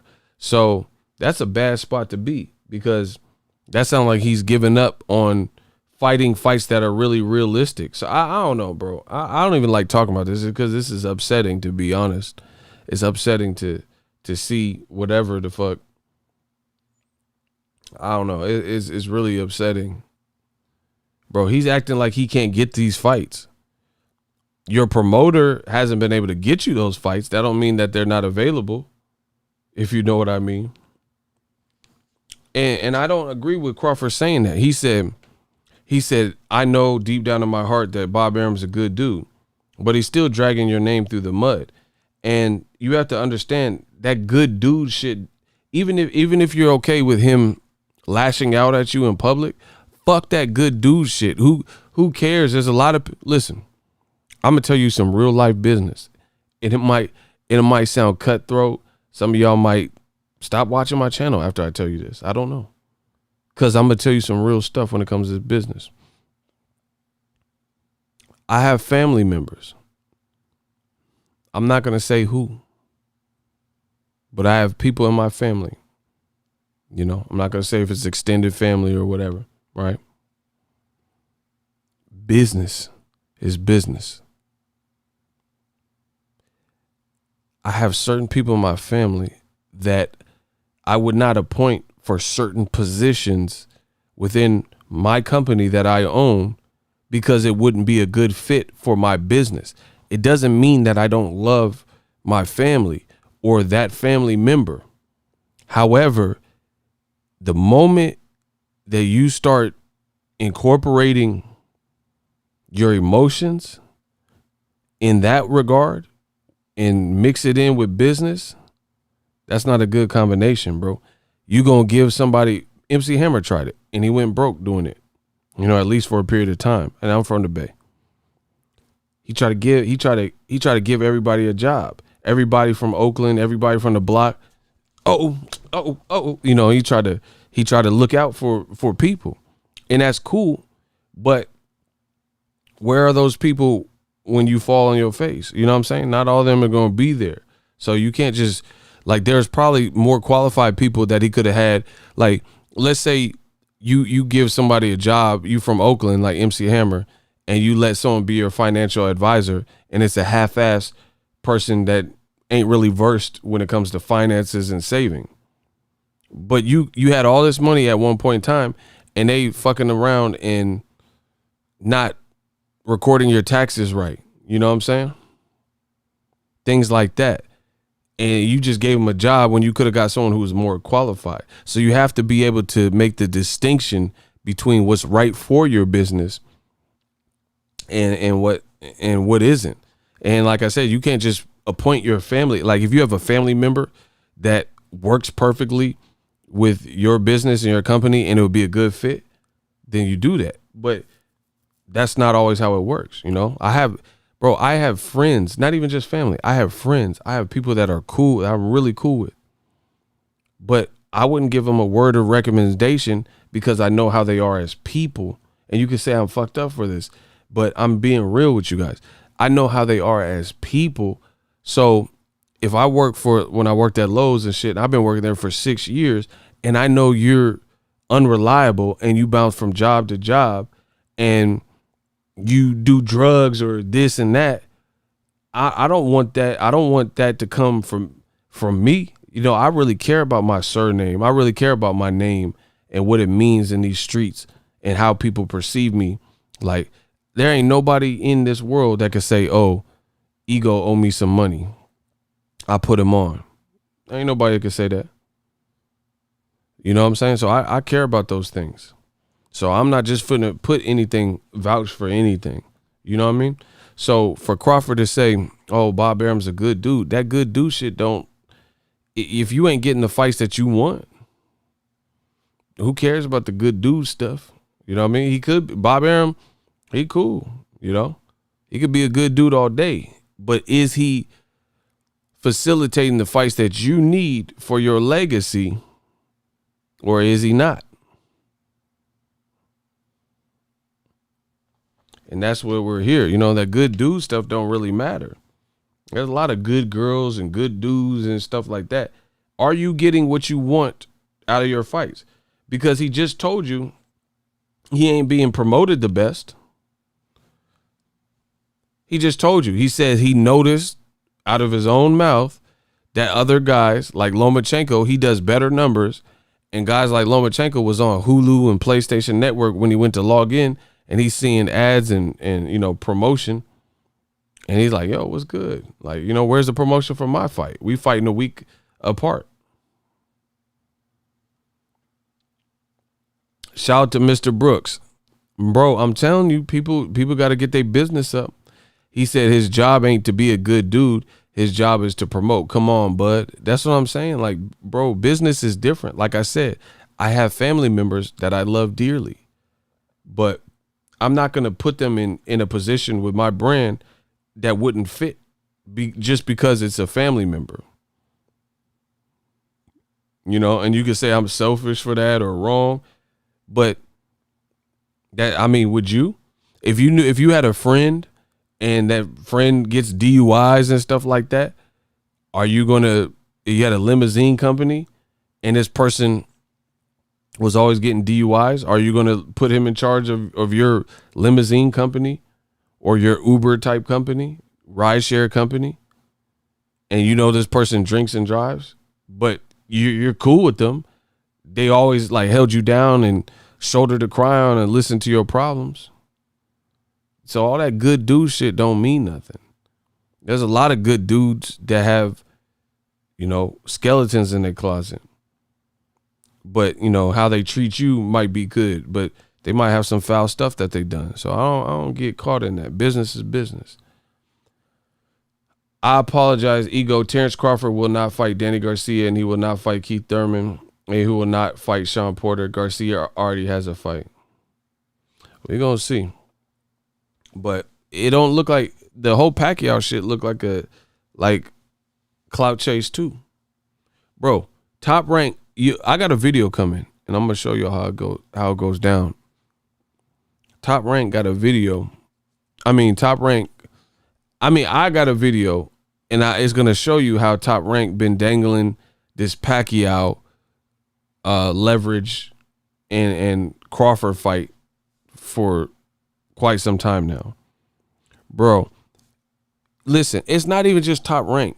You're noticing it throughout boxing. I told you, boxing is getting lazy, and there's specific sectors that are really doing the clout chasing more. Like, just mark my words. When Ryan Garcia gets ready to fight Luke Campbell, right? Look for an influx of Gervonta Davis talk. Even though Davis just knocked out Leo Santa Cruz, he has nothing to do with the Luke Campbell fight. But mark my words, they are going to use Gervonta Davis's name for Ryan Garcia and Luke Campbell. Who wants to bet me any type? That's what we're seeing in boxing. Watch. Let me look. I'm gonna pull up. Look, I'm gonna pull up DAZN. I'm gonna pull up their thing. Let's see if they started promoting the Ryan fight. Hold on.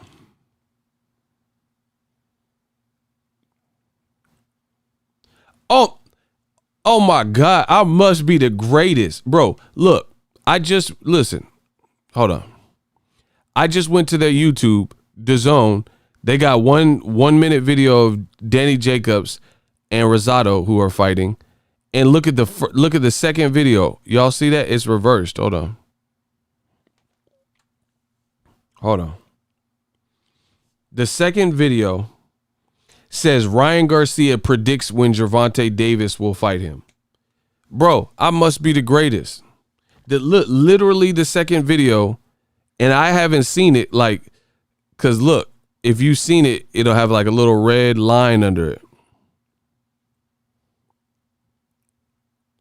I haven't even seen this video. And it's Ryan Garcia predicts when Gervonta Davis will fight him. I told you this is what people are trying to do. People, their promotion sucks. Like, you know what I'm saying? Their promoting skills suck or whatever. Not their promotion, but their promoting skills suck. So they just clout chase a fight. Like, so Joshua Pulev ain't, expecting like a crazy crowd. They said 1,000 people, and it ain't looking like a bunch of people are buying it. Let's talk about Joshua and Tyson Fury. Let's talk about Joshua talking about Wilder's comments and Wilder and all this shit. That's it. You put on a horseshit fight that people don't want to see, and then the fans are supposed to get hyped like it's some Mayweather Pacquiao shit and get hyped off of what's next and all that. So you have to, like, bro, new media, digital mob, we doing something different. We doing something different. You got to stand on your own too in this game. Joshua's fighting Pulev. Let's talk about that. Tell us about Pulev. Tell us about Bulgarian boxing and stuff like that. I don't care about Joshua talking about Wilder and Fury and Dillian White rematches. He got to get past the guy who he got to get past, Pulev. Ryan Garcia, Luke Campbell. That's solid. Let's talk about that. Let's build that fight. I don't care about Ryan Garcia and Devin Haney or Shakur or Gervonta. They're not fighting next. And that's what we're seeing an influx of in boxing. People think you can make a weak fight like Demetrius Andrade, Lucas Keeler, and just clout chase Jamal Charlo's name, and that's going to somehow save Andrade's fight that nobody really requested. That don't work no more, bro. So it'll be interesting. Back to Crawford. It'll be interesting to see what his next move is, because he doesn't have the options. As far as I can see, he doesn't really have the options. So, I don't even know who he can fight if he doesn't go to PBC, or at least get a PBC fighter. And with this contract being up in October, and this type of like name calling, not name calling, but the reports that Bob Arum and Crawford had put out showing that he's lacking promotion, he just lost all of his leverage. Listen, I'm a real person. Tell me how Crawford has any leverage based on what we've uncovered in the last week or so. Why would a PBC fighter go over to ESPN to fight Crawford? Let me know that. And don't just say it's a good fight, because the business got to make sense. If you are a top level PBC fighter, why would you go to his preferred network, taking away game, when everybody, for all intents and purposes, they're telling you he can't sell? They're telling you that they're losing money with his event. Why? Like, so let's say Sean Porter. No, it's not just Spence. Sean Porter. Tell me one reason why Sean Porter, who has his own podcast, would now want to go to ESPN, a rival promoters network, and give. You have to understand, taking away games is not always advisable, because if it's a close fight like Errol Spence and Sean Porter, you can already know the scorecards might be fucked up and against you. Fighters got to understand that. Then you also have to split the pie with somebody else, which creates, generally less revenue. because an in-house fight, they don't have to split with like a ESPN or Top Rank or some shit, right? Then you have weird occurrences like Franco Maloney too, where the instant replay and a headbutt / a punch. What if Sean Porter went over there to fight Crawford and it ended weird like that, and it was 2 rounds of bullshit, and then there was some instant replay Maloney Franco 2 shit? You see what I'm saying?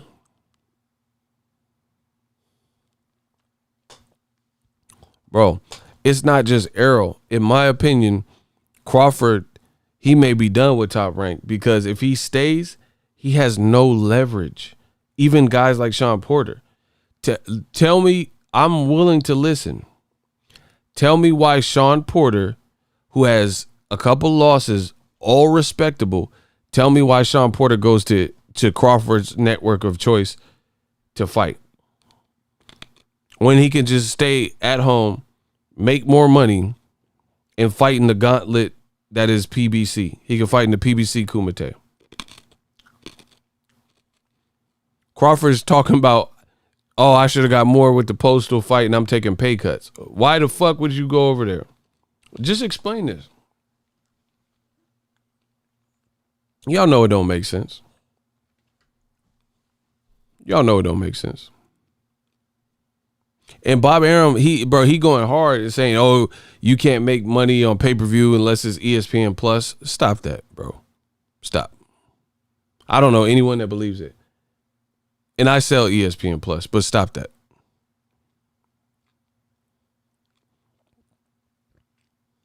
Stop. So you mean to tell me Tank Davis made no money and they had 10,000 people for a live gate and they did 225,000 at $75 a pop, but you made money with Lomachenko and Tio, and you had to pay Tio more than what you wanted to pay him? Y'all was arguing over paying Tio $1.25 million. You were in the bubble, so there was no live gate. Stop it, bro. Stop it. He keeps saying that ESPN, you have to fight there or you won't be a success. Stop that. That don't even make no fucking sense, bro. You have to fight on ESPN Plus, but you didn't put Crawford Brook on ESPN Plus.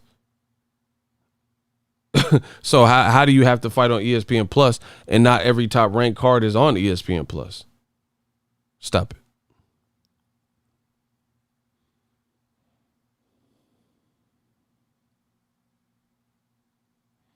Crawford a way harder fighter than most of them at welter. None of that shit matters that you said.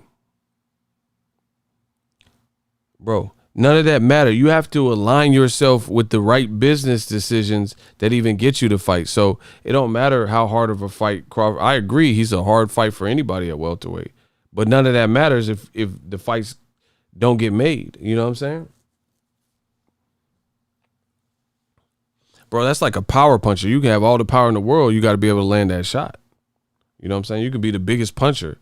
You know, I punch through brick. But if you can't land your shot on your target, then none of that matters. If Crawford can't align himself or his promoter can't align those fights. And Bob Arum, bro, this don't look good. Bob Arum just said he done promoting Crawford.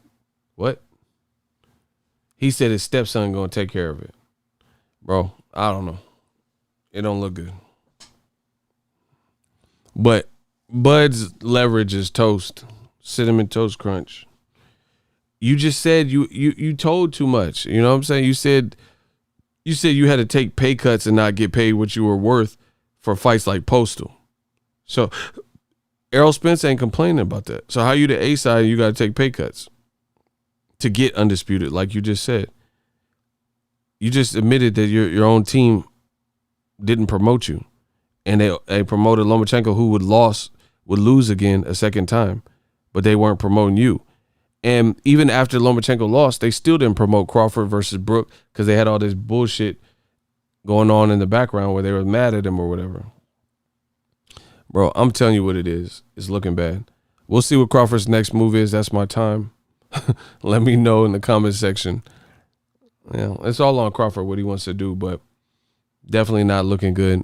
I don't see the leverage. How do you have leverage and your own people are saying you don't have leverage because they're throwing you under the bus and telling the world that you can't sell. How? You beat a guy that Errol Spence beat in 2017 and you think you have leverage.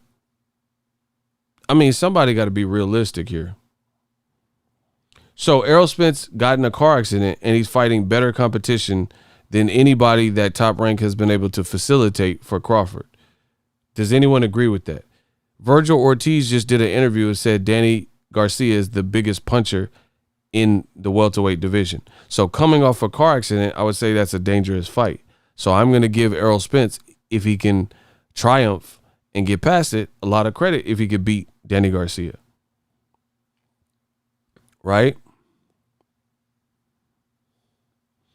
Errol Spence chilling with the Cowboys while Crawford selling CBD oil and chew sticks at the mall. I'm done, bro. How do you have A-side leverage if your own promoter continues to throw you under the bus and pretty much laugh and double down it and not show? So while Crawford's up here saying, oh, Bob's a good dude, and I know in my heart he didn't mean it like that, and boom, boom, boom. Okay, that's what you like, when y'all gonna start promoting the fight? When y'all gonna start, you know what I mean? And but they ain't saying nothing about me, and I'm fighting right now. You know, and in the future, who knows what the future may hold? You know what I mean? Like, we may have a disagreement right now. We going through some trials and tribulations that we gonna get it figured out. You know what I mean? But at the same time, I cannot bash Bob Arum and Top Rank. I cannot do that. You know what I mean? Because without them, you know what I mean, they gave me the opportunity to accomplish everything I've accomplished in my career. So I can't sit there and bash Bob Arum and Top Rank when I know deep down in my heart that Bob Arum, he really is a good dude, and he really did try to do everything in his will to get these fights that I was asking for. So there you have it. He just said Bob Arum's a good dude, and he tried. So even though he wasn't successful, he tried to get the fights, but you didn't get any of them. Bro, it's not about being a good dude or a bad dude. You're not fighting the people you're saying you want to fight. It's that simple. Steve J is just killing y'all with stats. It's too easy. Errol Spence sold 350 and 300 plus. It was actually 350 and 360, if I'm not mistaken, on pay-per-view. Bud sold 50 and 150,000 pay-per-view. Errol Spence did 6 million last time he was on free TV. I don't know if it was the last time. Leonard Bundu. Yeah, I think he was. Well, yeah, I guess that was probably the last time he was on free TV because the other fights were on Showtime, like Algieri. So that might be the Bundu. That's fact. Bud did 2 million. Bro, he cooking y'all. This man is cooking. Steve J is cooking y'all. Errol has 2 belts, and Bob just said Bud don't sell. Bro, this man is cooking y'all. I told y'all. See, listen, you can face the music or you can run from it. The choice is yours, but you gonna look crazy. Bro, a little kid could be like, oh, if you have 2 apples and this guy has 2 apples in the basket, and this boy, Johnny, has 1 apple in the basket, who has more apples? A little fucking kid could say, oh, Sarah has 2 apples. That's more than Johnny's 1 apple. This is like basic math. Like y'all like on some Billy Madison shit. Sarah has 2 apples. Johnny has 1 in his basket. Who has more apples? Sarah. The bitch Sarah got fucking 2 apples in her basket. Now, Errol damn Spence got 2 belts and unified with a credible name. A credible name.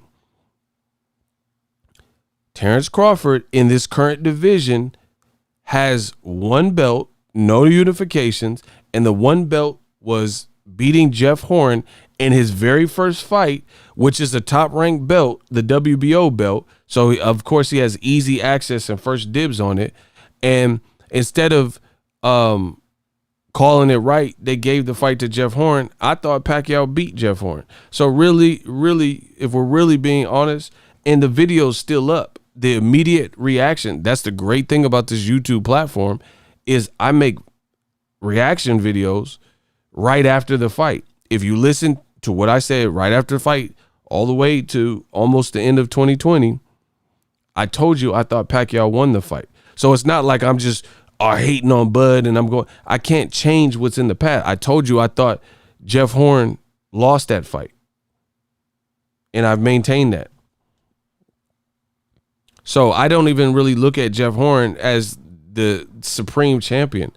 He fought one fight with Pacquiao.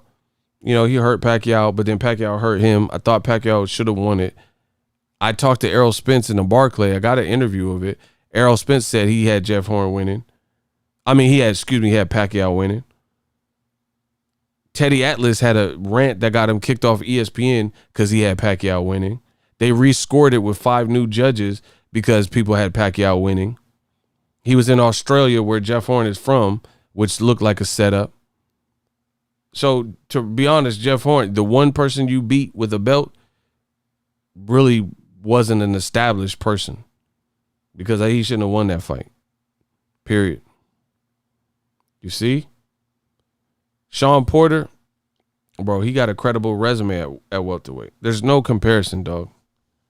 I'm telling you. And you can say, oh, but I had all the belts at 140. Yeah, but 140 ain't popping like 147. I mean, let's take it there.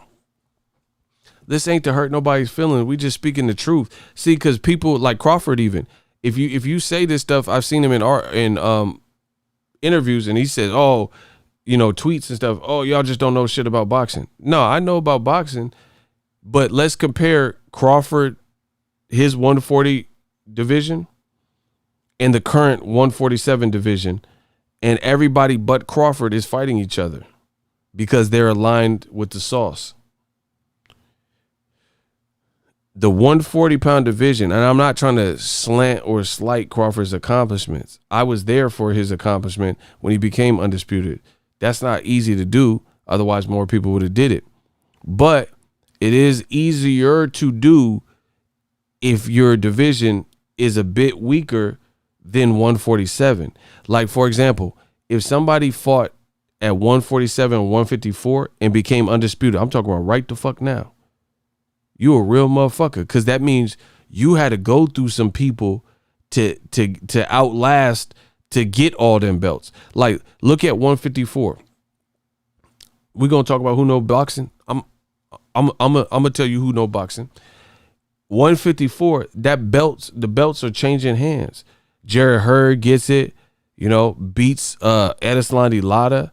Boom, people are like, okay, he at the top of the list. Let's see him fight Charlo. Before the Charlo fight can come off, a unification with Charlo, boom, J-Rock come and beat him and make it look easy and drop Hurd. So Hurd got to recalibrate, and he loses his belt at home. J-Rock is like, wow, that was a great performance by J-Rock. He the fucking man. Boom. J-Rock gets slept at home in Philly and get upset at home by Jason Rosario. And it's like, wow, where did that come from? This guy had losses, and Rosario just beat him at home off of J-Rock looking great versus Hurd. It's just too crazy. You know, it's like the belt was changing. Then Harrison beat Charlo, debatable. You know, some people thought Charlo should have never lost. But anyway, Harrison won. Then Charlo had to avenge that. He knocks him out, and then he beats Rosario. So Charlo's the cream of the crop at 154. And the point being is, look at how the belts are switching hands. So that's how I know Jermell is real, because what it took for him to get and unify and get more than one belt, everybody was tussling. Everybody was tussling.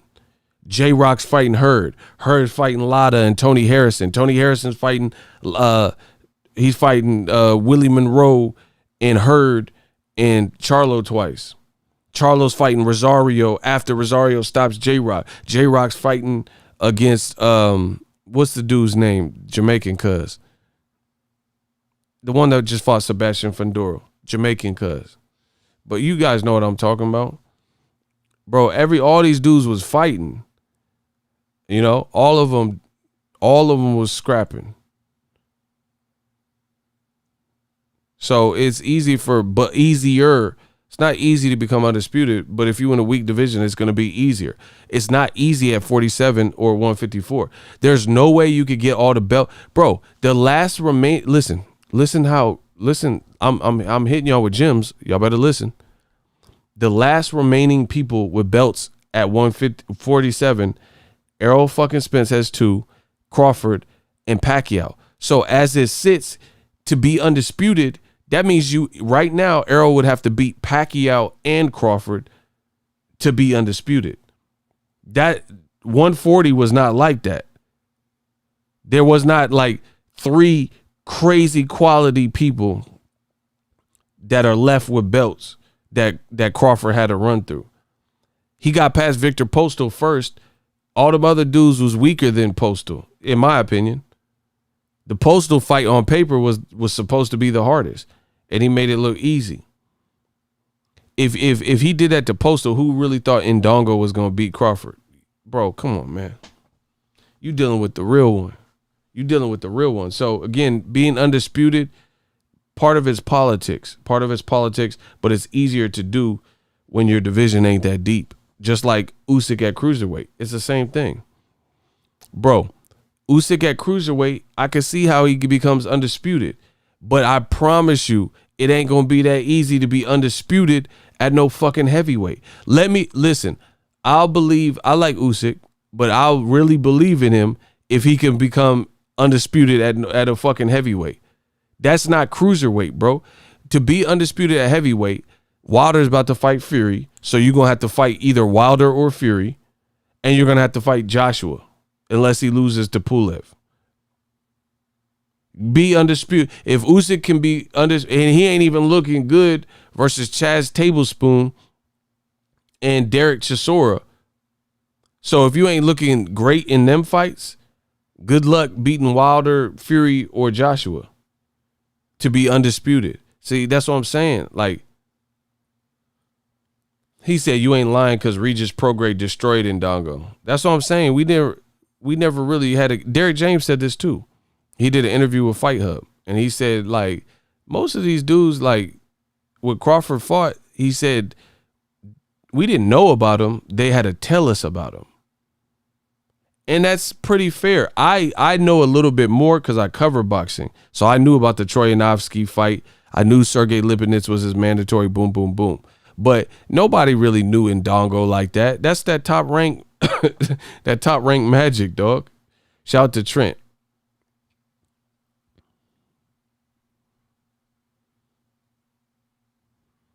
Shout out to Trent for the super chat. Bro, that's that top rank magic. Bring some motherfucker out of nowhere and act like he the one. Man, come on, bro. I was born at night, not last night. You can't play these games on me. I see boxing for what it is. Bro, that's top rank. That's they go-to trick. Hype up a motherfucker real quick, and he was supposed to be the one, and because you beat him, you supposed to be somebody. Like, who the fuck was that, bro? You told us he was ill. You know what I'm saying? Like, it ain't no, like, bro, Errol Spence, I've been watching this motherfucker for years now. The Bundu fight was during the Olympics. We about to have another Olympics. I'm lying? All right. Bro, when Errol slept Bundu, that was during the Rio Olympics because he got 6 million views because it came on right after. That was when PBC had a deal with NBC, and they don't even have that deal anymore. They're on Showtime and Fox. So this was years ago. We're about to have another Olympics in Japan, you know, if this COVID shit clear up. Right? So that was some time ago. I've been watching this motherfucker Errol for years, so I know he's real. Most people can't say that. And I know I've been watching Crawford for years, so I know he's real. But most people couldn't say that about no fucking Ndongo and Mean Machine. Like, man, I could really vouch for Mean Machine. He, you know, I've been watching his career for the last 4 or 5 years. Nobody could say that for Ndongo. So Derek James is right. That's that top rank magic. That clever matchmaking, bro. Nobody was like, yeah, I've been watching Indongo for the last 6. Bro, I can't even name 6 Indongo fights. I can't even name 6 Indongo rounds that I've watched because he got slept by Crawford in 3, and I think Regis slept him in 1 round or something stupid. I ain't even watched 6 rounds of Indongo, let alone 6 years. Man, stop playing with me, bro. I'm the one. Stop playing with me. Ain't nobody even seen fucking 6 rounds of motherfucking Indongo, if we really being honest. That motherfucker sound like a drum. What the fuck is an Indongo anyway? Man, I was gonna play the clarinet, but I settled for the Indongos. Like, what the fuck is an Indongo, bro? That's that top rank magic, man. That's that top rank magic. You just pull that, bro. Watch, I'm gonna tell you, this how they do. This how they do. Like, bro, it's the same shit. Top rank, like, okay, top rank, they got Clay Collard fighting 46 times. He fought so much he got sick. Ain't that a bit? Bro, this would, they trying to hurry up and build somebody. They trying to build somebody. Bro, Clay Collard fought 46 times, maybe even 47. In this year only, in a pandemic year, they got this motherfucker fighting every week. He fought so much he got sick. Exposure shit. You know what I'm saying? He couldn't even social distance right because they have him fighting so fucking much because they trying to build someone real quick.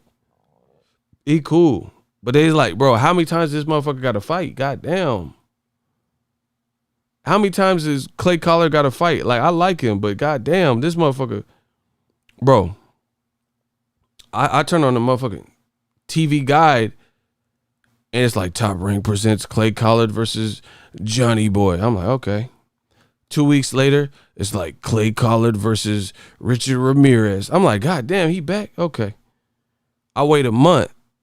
I forgot about it. You know what I'm saying? We in a pandemic. I forgot about it. The new Wonder Woman about to come out. So I forgot about it. I just watched Tiger King. I just seen Tiger King. So I'm like, okay, I forgot about it. I was just watching Tiger King on Netflix. Top Rank presents Clay Collard. Oh my God. This motherfucker Clay Collard is, bro, he fought 157 times this year. That's that Top Rank magic. Shout out to my man Adrian, new channel member. The Eagle Army Green. We getting it. We active. Bro, they got Clay Collard fighting his ass off. He raw though. Bro, I seen Clay Collard. He did some Liu Kang shit. Remember when Liu Kang did the bicycle kick? He did that with punches. Bro, he ran at his opponent and he was punching. He said, woo! Bro, I ain't never seen no motherfucker run at the target and be, what? What? Hey, I like Clay Collard Greens. Clay Collard Greens, he cool. He all right in my book. But that's what I'm saying. That's the Top Rank magic, though. You just, like, bro, it's not like Clay Collard, people been watching him for 6 years. I get it. Like, you know, he came from the MMA background, prospect killer. But they be trying to make it like this is some dude. You can't really, like, make a fighter overnight like that. Like I said, Errol Spence, I've watched the progression, the maturation of Errol Spence and Danny Garcia. Like, I've been watching Danny. I remember the first Danny Garcia fight me and my brother watched, it was the Eric Morales 1 fight. I didn't know who the fuck this kid was. I was like, who's the kid with the light eyes? You know, I think he came out with the purge mask back then. I'm like, who the fuck is this? I didn't know who he was. I didn't know if he was garbage or what. That was my first Danny Garcia fight. I've been watching him ever since. Eric Morales 2, Zab Judah, Lucas Matisse, you know, the machine. But a lot of the people, like, you know what I'm saying? Like the Ndongos and stuff, it's not like people we've been checking for. And that's what Derek James's point was. Hey, Kurt. Oh, yeah, get some claps up. We got an Adrian, new channel member. Bro, y'all got to give it up to the people that support the channel like this. You see my streams ain't been going out since I got the new computer. Y'all make it possible. Y'all make it possible. Any obstacle becomes possible. So the people who are supporting in that way, just show them love. Get some claps for them. Yeah, I'm gonna watch Tyson Jones. They're my favorite fighters, so I don't really have a prediction. I'm just gonna watch it. Y'all want to do a Boxing Eagle watch party? Y'all want to do the Tyson Jones Boxing Eagle watch party? I'm going to let the fans vote on that one.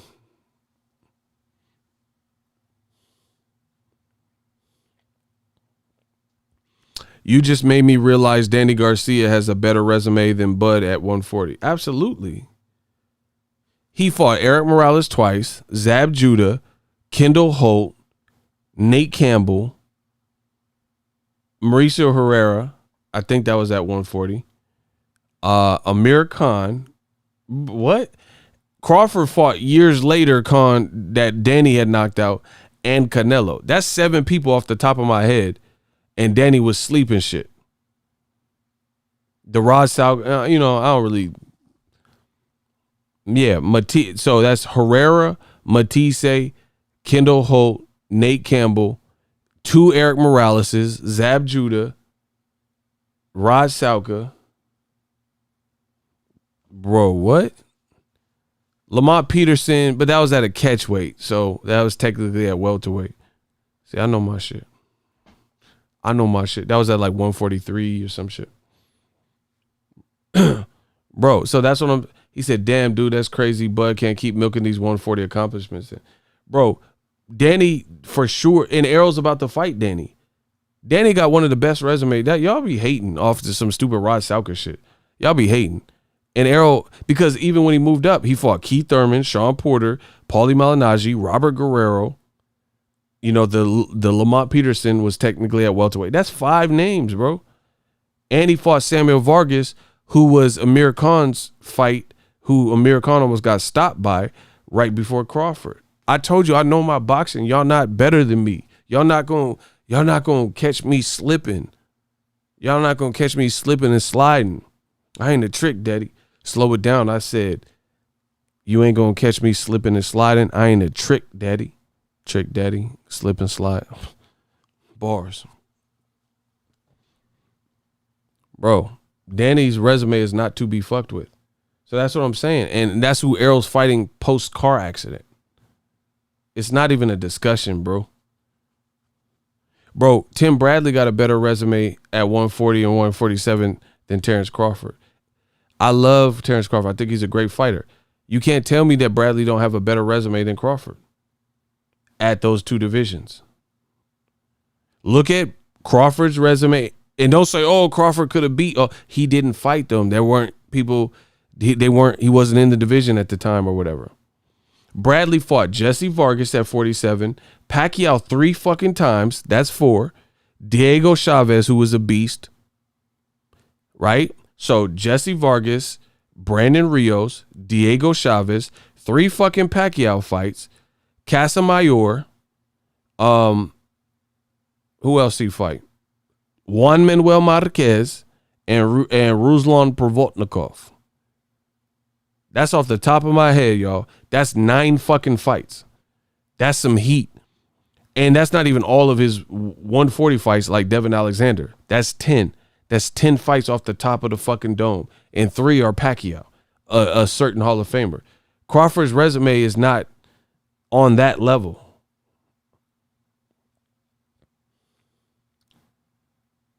Who the fuck is Nate Johnson? I'll cook him and everything he stands for. Hold on, what? Nah, bro, you talking senseless. Spence has been through the greatest gauntlet. Bro, he's been through a more trying gauntlet than Crawford and the name's Top Rank has been able to get him. Stop it, bro. You don't want that work. You don't want it with me. He in PC. Bro, stop it. Bro, you're saying he's been through the gauntlet. I should just block you off rip, bro. Crawford just fought someone Errol beat in 2017. Icy, block him. Y'all been having this much. Just block him. I can't even deal with it. Block him. Just block him, bro. Crawford just fought somebody that block him.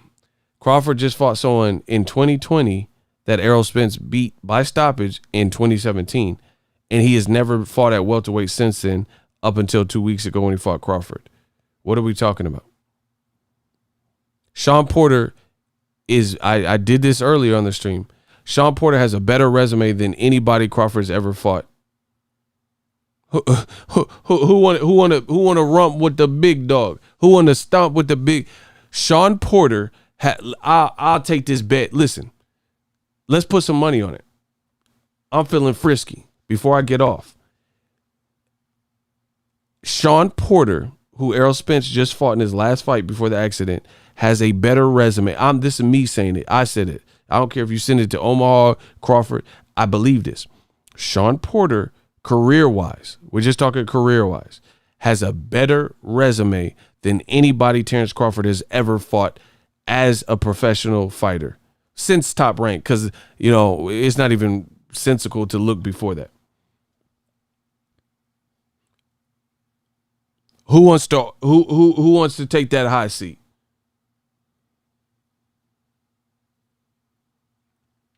The money keep coming in. Why y'all pussy out, the money keep coming in. Why y'all pussy out, the money keep coming in.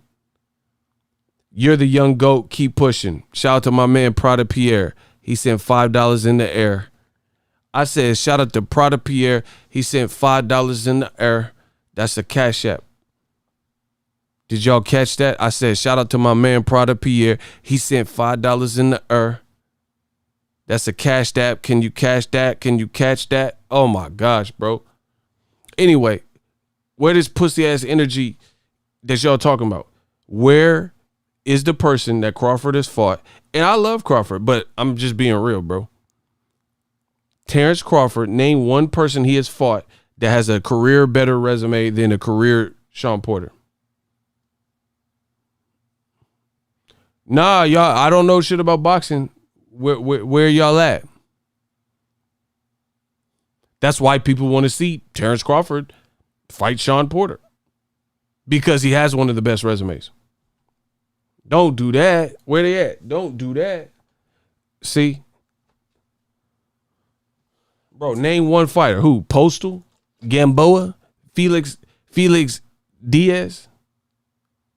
Bro, Felix Diaz has a loss. I thought he should have won maybe. I got to watch it again. To Lamont Peterson. But Danny knocked out Lamont Peterson. So Felix Diaz, listen, we could do the triangle theories, bro. I'm good. I'm good, bro. No, hold on. Listen. This is off the top. I don't need no Wikipedia box rec. Let's talk. Bro, I cook one of these boys. I cook them. Because I don't have feelings. It ain't about feelings and who I like and all. I'm just talking pure fact. Felix Diaz, that's a cool win. Olympic gold medalist from the DR. Shout out to Dominican Republic, right? Felix Diaz has a loss basically to Lamont Peterson. Danny Garcia has a win over Lamont Peterson. It was the tough fight. Danny also knocked out Lucas Matisse, who had recently beat Lamont Peterson by stoppage. Mikey Garcia knocked down and beat up Sergey Lipinets, who would later beat Lamont Peterson. And the boy Errol Spence also destroyed Lamont Peterson. And Danny knocked out Amir Khan, who lost to Lamont Peterson. Let's talk triangle theories. So Felix Diaz has a loss to Lamont Peterson, and Lamont Peterson lost to Sergey Lipinets, who Mikey beat, and Errol fought. Errol fought Lamont Peterson directly. Danny Garcia fought Lamont Peterson directly. Danny Garcia knocked down Lucas Matisse, who destroyed Lamont Peterson directly. Come on, man. So who? So Felix Diaz, get him out of here. He's out of here. Who else? Huh? Who got a better resume than Sean? I'm with that. Bro, it's gonna be payday. I promise you. Let's put some money up. This off the top of my head too. Let's put some money up. See, you can't teach confidence. I'm confident because I know what I know. These dudes ain't speaking up because they ain't confident, because they know they can't win. Let's put some money up. Let's do it. I just chewed up the Felix Diaz and showed you how, that don't compare to Sean Porter. And Sean Porter beat Danny Garcia as well. And Danny Garcia beat Lamont Peterson. Let's play.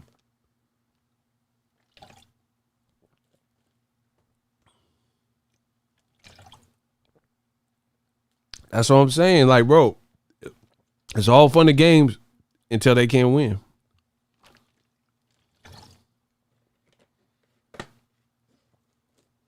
My man Joseph said, nobody. Exactly. Even Keith sweating, thinking about it like LSG. Facts.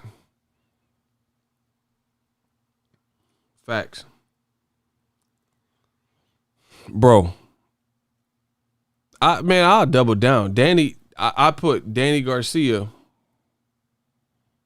his resume over anybody too. Sean Porter and Danny. And that's who Errol Spence about to fight. Bro, name somebody that Crawford has fought that has fought more top people in prime than Danny Garcia or Sean Porter. Those are Errol Spence's 2 opponents in a row. Let's go. Indongo, motherfucker. Indongo did more. Hold on. Indongo did more at 140 than Danny Garcia. Come on, bro. Y'all making this too easy. Y'all getting cooked like that. Indongo did more at 140 than Danny Garcia, a lineal champion. Man, come on. Amir Khan, nah, because Errol's about to fight Danny, and Danny stopped Amir Khan before Canelo and before Crawford. Try again. And we already know what happened if Keith Thurman fought Amir Khan. Stop. Bro, if Keith Thurman fought Amir Khan, that would be ugly. I like Amir, but come on, bro. Amir would be like, eesh, eesh, eesh.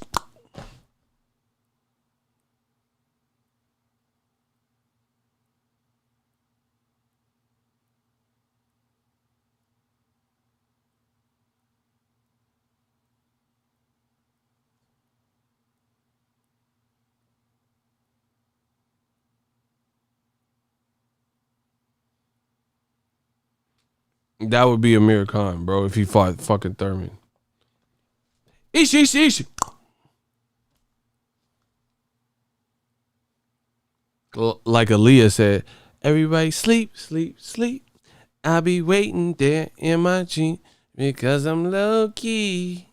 Bro, he be on that Aaliyah game plan.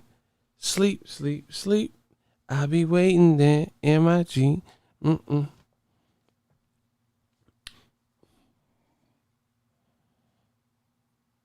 Bro, I'm telling you, they haven't prioritized Crawford's career. And the thing is, I will say this. I think Crawford will fight whoever. So I don't blame him, the fighter, as much as I blame the businessman, Crawford. You made a business decision. You're not. Bro, Bradley got better. Okay, when Bradley was fighting, people weren't complaining about his fights like Crawford. He was fighting Pacquiao. What the fuck you say? He's fighting Ruslan Provodnikov. Crawford, name somebody like a Ruslan Provodnikov that you thought had any chance in any way to even make it interesting with Crawford. We already know he's a beast.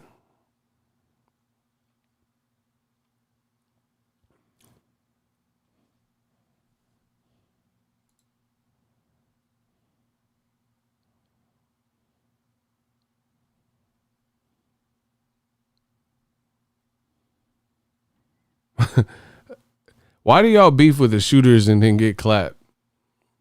Whatever. Anyway, y'all ain't got no work. I said name somebody with a better resume than Danny Garcia, Sean Porter. That's Errol Spence's last 2 opponents, bro. Sean Porter fought you guys. Danny, Keith, Errol. Stop it. I could stop right there. Berto.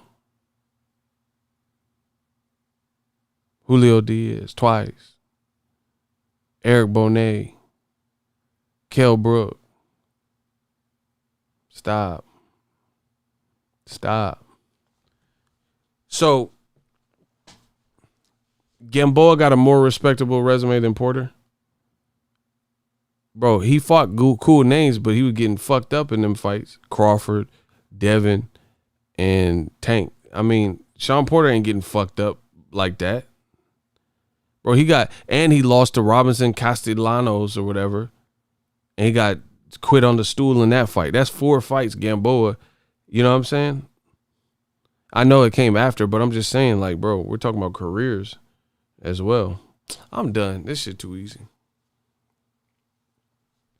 I got more stuff coming on the channel. Holla at the kid. I got to give my voice a rest. Appreciate y'all. I'll be back with some more heat. Later.